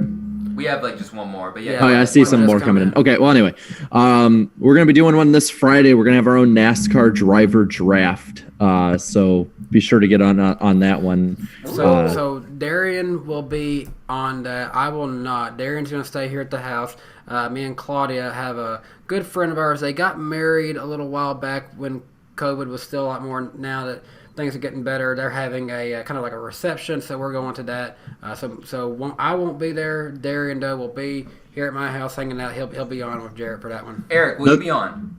Perhaps another stream idea in the future, folks. One of my subscribers sent me a Richard Petty trivia game from the 90s. The full game is in here. We're gonna have to do it. I tried answering some of them. One of the questions I answered in my video that was asked was, sorry, everyone here, what's Dale Earnhardt's favorite movie? Give me the options. It was It was Days of Thunder, Cool Hand Luke, and something else. So one of those two is the right answer. So Cool Days Hand of Luke. Thunder, Cool Hand Luke. Cool and Luke. Cool Hand Luke. All right, That's you guys Paul are correct. Newman in it, right? Yeah, it's Paul Newman. Yeah. Yep. That's the one I hadn't seen, so I didn't guess that one, but that was the correct answer. I think- So, all right, I think you guys are Paul gonna destroy Newman me at was this. was one of his favorite actors because they got Paul Newman to do the narration in the Dale documentary. I think. Yeah. Oh, really? And for those who don't know who he is, he's Doc Hudson from Cars. Yeah, for all our viewers under the age of like 20. Yeah. That right there, Eric, is actually a good idea for Nashville week, like Ooh. a late at night stream or something like that. There's over 1,000 questions, so we'll be able to get some real mileage Let's out of this. do it. Gosh. Okay, we did have one more super chat came in. Preston Friels, $4.99. Appreciate that. Odd that the Toyota wasn't leaked as well. How are we not sure that Toyota weren't the ones who leaked it? It wasn't Toyota. No, it wasn't. The only people You who never have know. actually Yeah, you sound believed really that sure of was that. What were you working for NASCAR. Yeah, you don't know. Did you leak it, Danny? You don't want to get Not a anyone else in Toyota trouble? man, though. He's a Chevy I man. drive a Chevy Silverado. Yeah, he's a Chevy man. Rado? Eric. A what? Get your Prius thinking out of here. A Chevy Silverado. You never heard of a Chevy Silverado? Yeah, the Silverado. Hey, I had a one of those like Power Wheels truck Silverados when I was like 4. Hey, you drive a Camry. How do I know it wasn't you, Eric? Yeah. Well, you see, I'm turn the stream for Hyundai. Turn it off. For Hyundai. Oh, he's gone. We caught him. We caught him. Caught in 4K. Yeah, caught in Snap, 4K. Snap. Yeah, snap that. Yeah. All right, Eric, come back. Come on, Eric. All right, now he's back. Well, What if I like just like flashed up on my green screen here like a leaked image of the Camry? That'd be so funny. Wouldn't it be funny? You know what? Next week, I also saw that just now that I'm back into the lightning strike range. But I just wanted to say something that next week they're unveiling the next gen car fully. Oh yeah, we'll be doing something special on my channel, right? Yeah. We're having a special episode of the NASCAR Weekly Podcast on Eric's channel for that on Wednesday. Where we have we're doing something we've never done before. We're having a double header. And so we're going to be on the next night on Darian's channel. So you get 2 podcasts next week. And we may have a pretty nice guest on for the Thursday one and maybe the Wednesday one. We'll see. But imagine this is us trying to eventually catch up and be with NASCAR Race Up as the only daily NASCAR news. Yeah. Well, I'm just saying we'll be on our normal, because there's iRacing on Wednesday night. So we'll be at 8 p.m. Eastern, 7 p.m. Central on Darian's channel Thursday, but we will be live reacting to the new car doubleheader next week. So be sure Eric's channel for the first one, Darian's for the second. I cannot wait. It'll be fun. That'll be We've fun. never done a doubleheader before, have we? No. Nope. This will be a NASCAR Weekly Podcast first. And I was looking ahead just for special episodes, and when we're all in Nashville together, fingers crossed nothing changes. Yeah. But when we're all in Nashville together for the podcast, for the first time that all 4 of us will be in one place, will be episode 150. Yep. Yeah, that's right. Because of the doubleheader. This lines up perfectly. Thank you, doubleheader. And this will be the first time where Eric has been with us. Finally. Together. In person, yes. Well, for a show at least. That will be Eric, very we're going to exciting. play basketball, bro. We're going to play basketball. Oh, we are. I already absolutely. called Eric on my team. I'm the shortest one. Yeah, me and Jared. All right, that will balance out. It'll be even in that case, yeah. That's I got 2 more super chats I do want to shout out those. Michael, I know for a fact you got a little bit to spare from. You had a great. You made 1K. You had a very generous stream the other night. A whole K? Whoa. But Michael gave $4.99. We appreciate that. He said Darian is a noob. I love Darian. I love you too. Josh Berry Lawn Care and Bird Feeders with $5. Sorry I'm late to the party, but what did you all think of Bubba's Dr. Pepper car? I like it. Looks like the old BK Racing car. You know what? It's I'm all right. probably one of the few who prefer Alex Bowman's old Dr. Pepper scheme to be. I don't know. I just like it. Something about that. That one might be a little bit better as far as like. I think it was really cool. Like the 23 was the same number font as Dr. Pepper. Yeah. Because 23, isn't there a thing 23 flavors or something like that? Yeah, so it's perfect. But it's not bad.